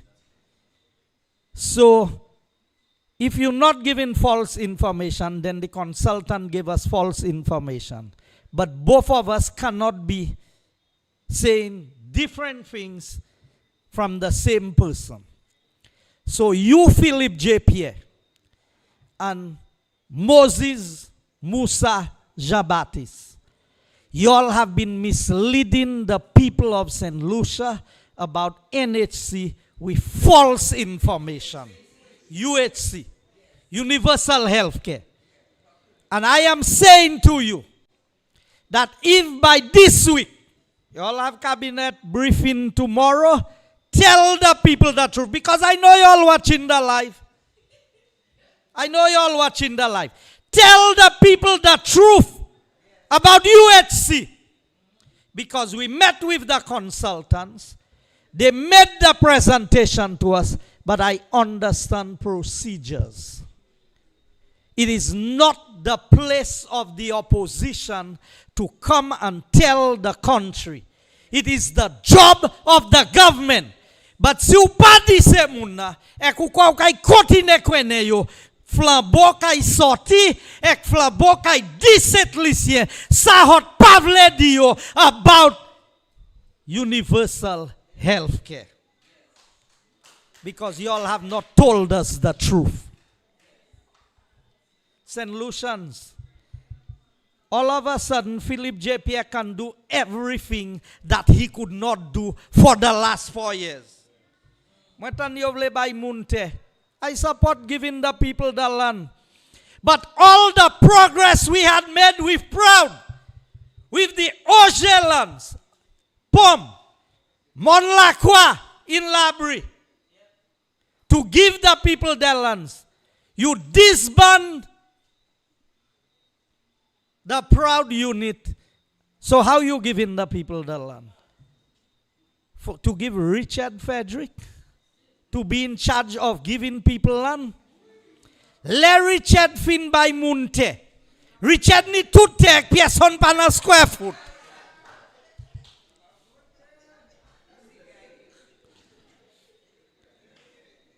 The record is there to show you now. I want to tell us a couple other things. It is clear to me that Renault is the Elon Musk in St. Lucia.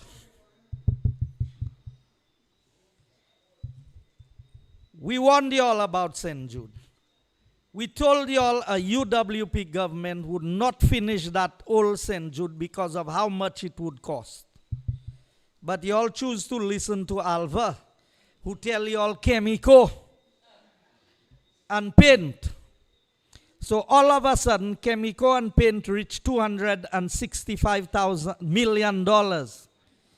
Ek Monsieur Renault dit, l'argent is ja payé. As St. Jude, he could buy a British Airways. You know how much for a British Airways? $400 million. So just think of it for a moment. If Renault, on the money he is making at St. Jude, he could buy, he said he would have been better off buying a British Airways jet. And he said, it don't matter what St. Jude cost. All he know, he's going to finish St. Jude. You think if I could spend $300 million on St. Jude, I couldn't finish St. Jude too? But you would nail us. You would hang us. You would say, Gaya ife bobolek fresh start. Hotekai di gaya kalan sasne fe bobol. Because you're the $5 million kai fini l'hopital la. Today, Labour is spending 265 million. That's what we know. And all of us are quiet in this country. That's why I tell you, you all want to give Flabo a basket to full a drum. And we still put water in the drum with basket. That is how good Flabo is at managing the affairs of the country. And you give Labour a bucket. And when you think they're full in the drum, they empty the drum on you. That's why St. Lucia is where it is today. And Kenny knows that. He sits on the sidelines. You know what Kenny is afraid of? You know what Kenny is embarrassed about? That Philip J. Pierre chose Richard Frederick over Kenny Anthony. And all you labor rights who listen to us and who watch us, what's our volley, what's our desan, what's our fait tout ça hodvli. Richard se met hot tout a Labour Party, including Philip J. Pierre. But later, Flabo, I told some labor rights that when Richard was in Flabo, y'all say y'all can't vote for Flabo as long as Richard is in it. Abweza Richard say met zotut. And y'all can say nothing. Now, the last ray of hope there was in Labour Party has left. I didn't say that, you know, when it's a very dark, a little ray of light gives you a glimmer of hope. The last ray of hope was Kenny Anthony, that you would think at some point in time he would say, enough is enough. Philip J. Pierre, you're not doing this thing right. Kenny left. Kenny Finiexa. You know what that means? The Labour Party has found itself in a hopeless situation. Because a lot of people supported Labour because they always knew there was a man of experience behind the party. I don't have to like Kenny and his politics, but Labourites liked him. Labourites supported him. Today, Kenny has left because Philip J. Pierre betrayed him. You all think it's only Steve that betrayed Alan? Pierre has betrayed Kenny and the Labour Party. Because many of the hierarchy in the Labour Party do not want Richard Frederick in the Labour Party. And you see where they are heading? Because of how tight they say the race is, they must accept Richard Frederick as a member of the St. Lucia Labour Party. Because the last glimmer of hope was Kenny Anthony standing in the way of that happening. And wait and you will see. So Kenny refused to allow them to come on his platform. You know why? Because all of them are Judases. All of them in the Labour Party betrayed Kenny Anthony. So if they betrayed Kenny Anthony, who took the Labour Party in shambles in 1997, I was there. I know what was happening. One could not take that party nowhere to win an election. And Kenny Anthony brought hope to the Labour Party. And he won 2 back-to-back elections. And he said he learned his lesson after he lost in 2006. And in 2011, Steve squandered the work that UWP had done. And we lost the elections.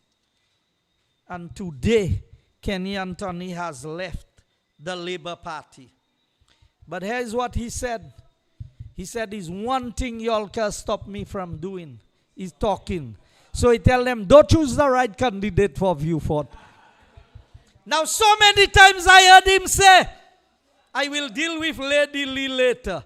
Moi suspect Kenny kai campaign by Lady Leah lot election.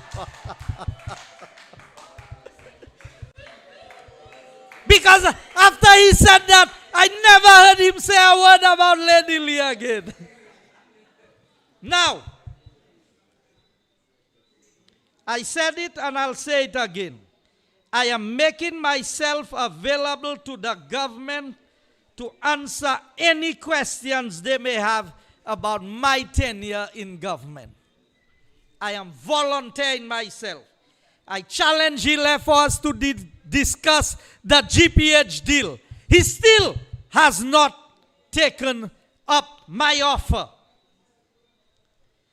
The legacy of Labour Party is that we all have become beggars. And you know how I see it? St. Lucia has become a place where beggars are now begging beggars.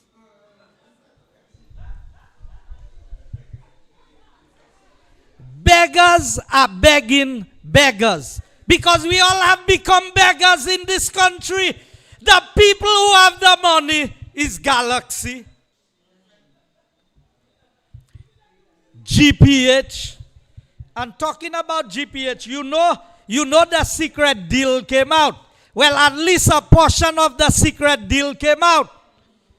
Because the Soufrière Regional Development Foundation, I have it on my phone, I always back up my information. The Soufrière Regional Development Foundation has released a new list of charges to bathe at the Sulphur Springs for locals and for foreigners, for adults and for children, and for every vessel that comes to the docks in Soufrière, new charges, increased charges. So I suspect that this is part of the secret deal that Emma made with GPH. While all of that is happening, St. Lucians are scrunting to make ends meet. Now, Labour, what they mele ko hota zafè flambeau. Ebe ve zafè hota brisa. Call Newspin and tell us why Kenny left. Tell us why Kenny announced his farewell speech without one supporter of the Labour Party in terms of MPs. Labour have caused you to believe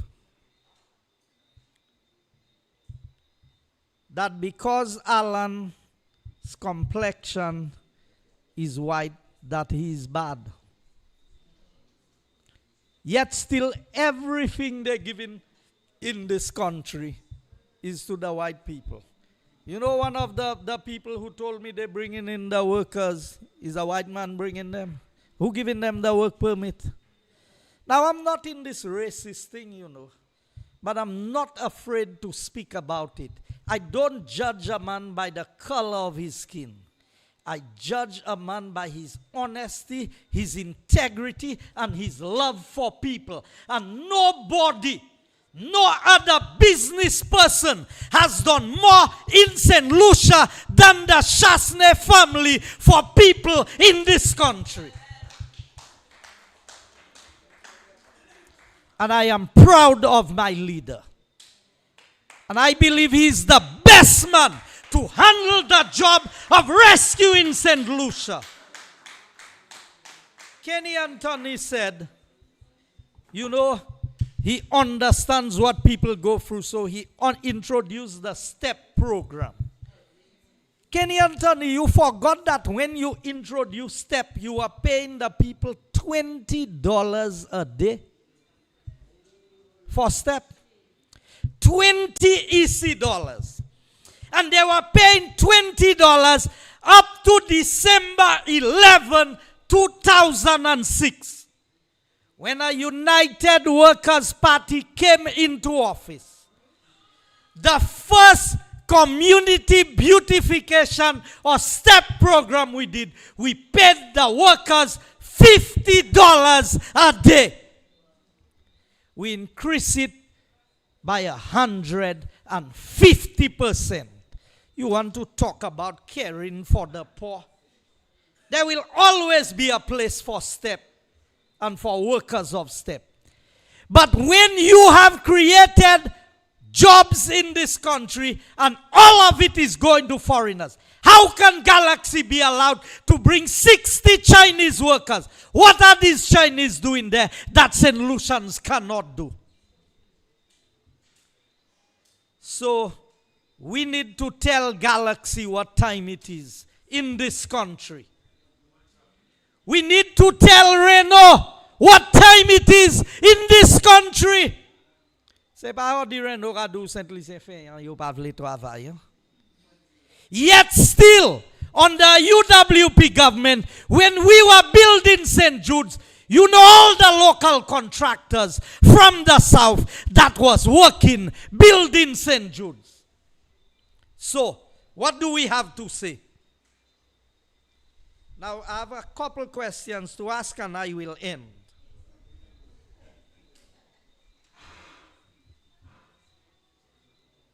Now that Kenny is gone, who is going to protect Viewfort from Richard Frederick?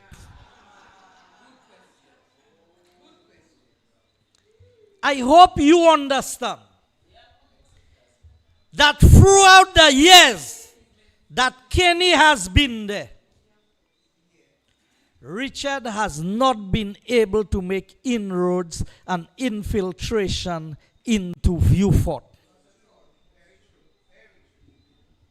The question I am asking Viewfortians, Laborians, people from Choiseul, people from Dennery, from Micoud North and South, and people from Viewfort North. Now that Kenny is not there, no more restrictions. Richard has a free hand to control because Pierre is controlled by Richard Frederick. Do you realize where St. Lucia is? And I'm speaking to the business people. Yes, y'all may not like Alan Chasney, everything about him. You may not like Guy Joseph, and you may not like Dominic Fede. But there's one thing you know. We don't compromise the integrity of this country, because if we had done so, Labour would have it plastered on billboards and we would have been in court today. St. Lucia was in good hands under the leadership of the Honorable Alan Chasney. No scandals. All the scandals that was there was created by Labour. Now that they have a chance to prove it, they cannot prove nothing, because can you find what is not there? So you have to ask yourself in the South, now that Kenny says he's out of it, who is going to keep Richard in check? I know Steve cannot do it. I know that Richard has something on Steve, and Steve is afraid of Richard. All of us served in the cabinet. Every one of us knew what was happening. Today you hear Labour boasting about they're going to build.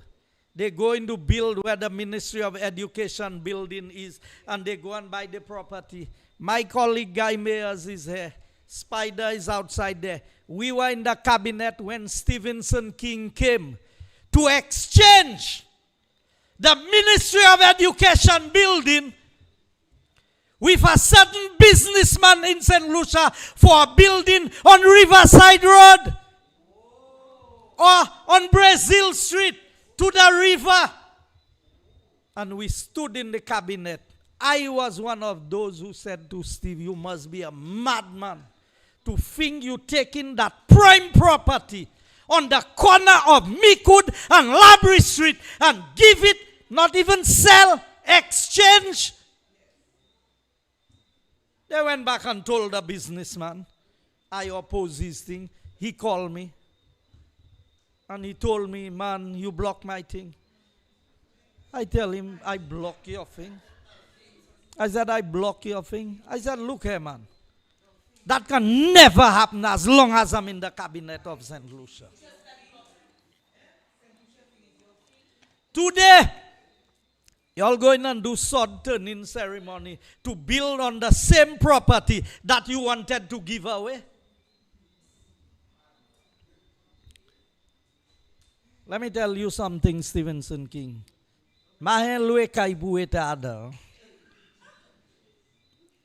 From a young boy, when I left school, I started working and I built my house. I wasn't renting nobody's house that they could ever have an upper hand on me. That's Guy Joseph. And when I came into politics, I was on my third house. When they want to challenge what I have. Before I came into politics, I was in the process of building my third house. And I had more than a dozen vehicles registered to my name. That was before I came into politics. But all of a sudden, you all want to make it that little boys who came and they couldn't. Yon boumene lo dies pour deposit $200 pour sway issue. You say millionaire or dia. And they want to tell you they were reading news. So I have come a part-time reading news, you know.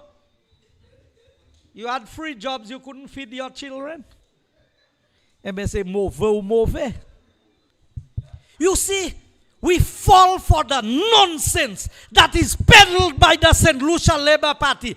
While our children are suffering, healthcare is a mess, crime is out of control, and the cost of living is beyond every average St. Lucian. We need to go back to base. We need to return the only government that can fix this country, the United Workers' Party. And I'm saying to the people of the South, what do you have to show for all your years of loyalty to the St. Lucia Labour Party? Nothing. Si Alva di Laborie même manière était 50 years ago. Samuel Budi.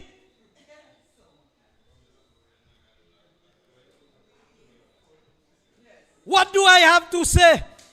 And the majority of what you saw in Laborie was when snack crossed the floor.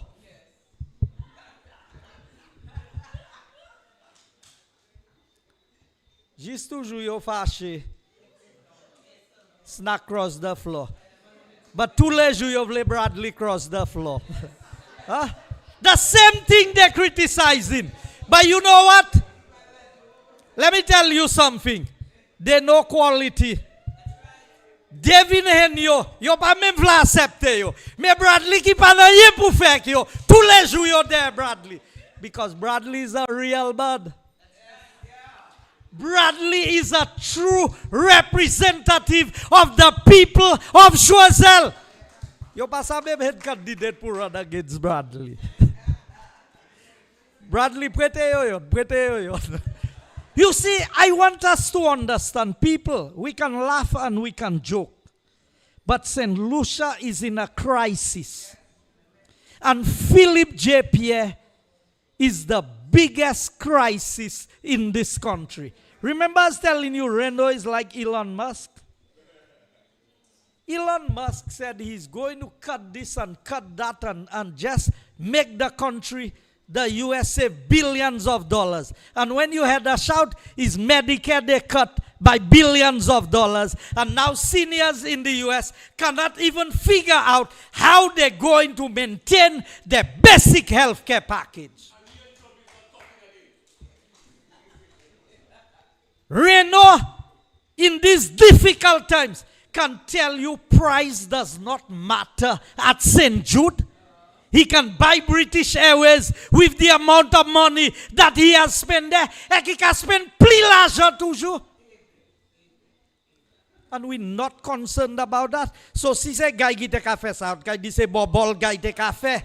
So qui sa yo ka fait là ça?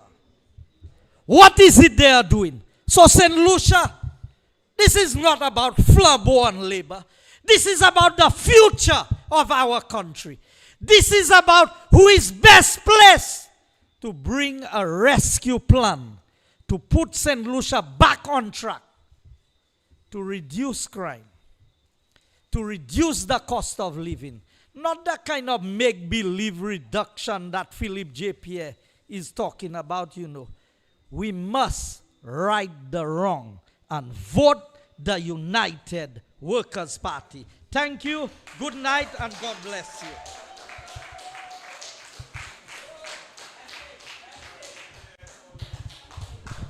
Thank you very much, Guy. You just heard from the real guy. Now, Guy D, you buy St. Lucia Labour Party un bomb pour play a drum. And they're not fooling the drum. Do not let them fool you. Because at the end of the day, they're not interested in filling your drum. They want to fool you.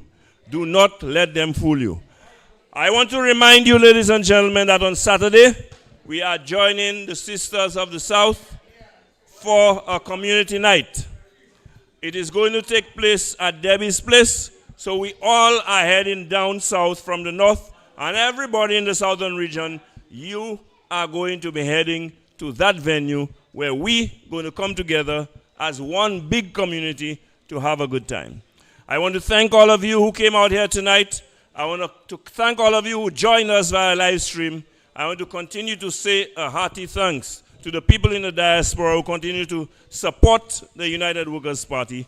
And we ask you to continue to join us and listen to the truth as we shed the light for the people of St. Lucia. I also ask you to join me tomorrow on Like It Is, and on Thursday, you can join Nancy Charles on Meet the Opposition. Thank you very much. Please make your way home safely. God bless you. Have a good night. Thank you. Because you must understand that St. Lucia had no new investments for a very long time, you know. And these things are a fact, the verifiable fact, as I always say. There was no new investment in this country from 2016, 2017.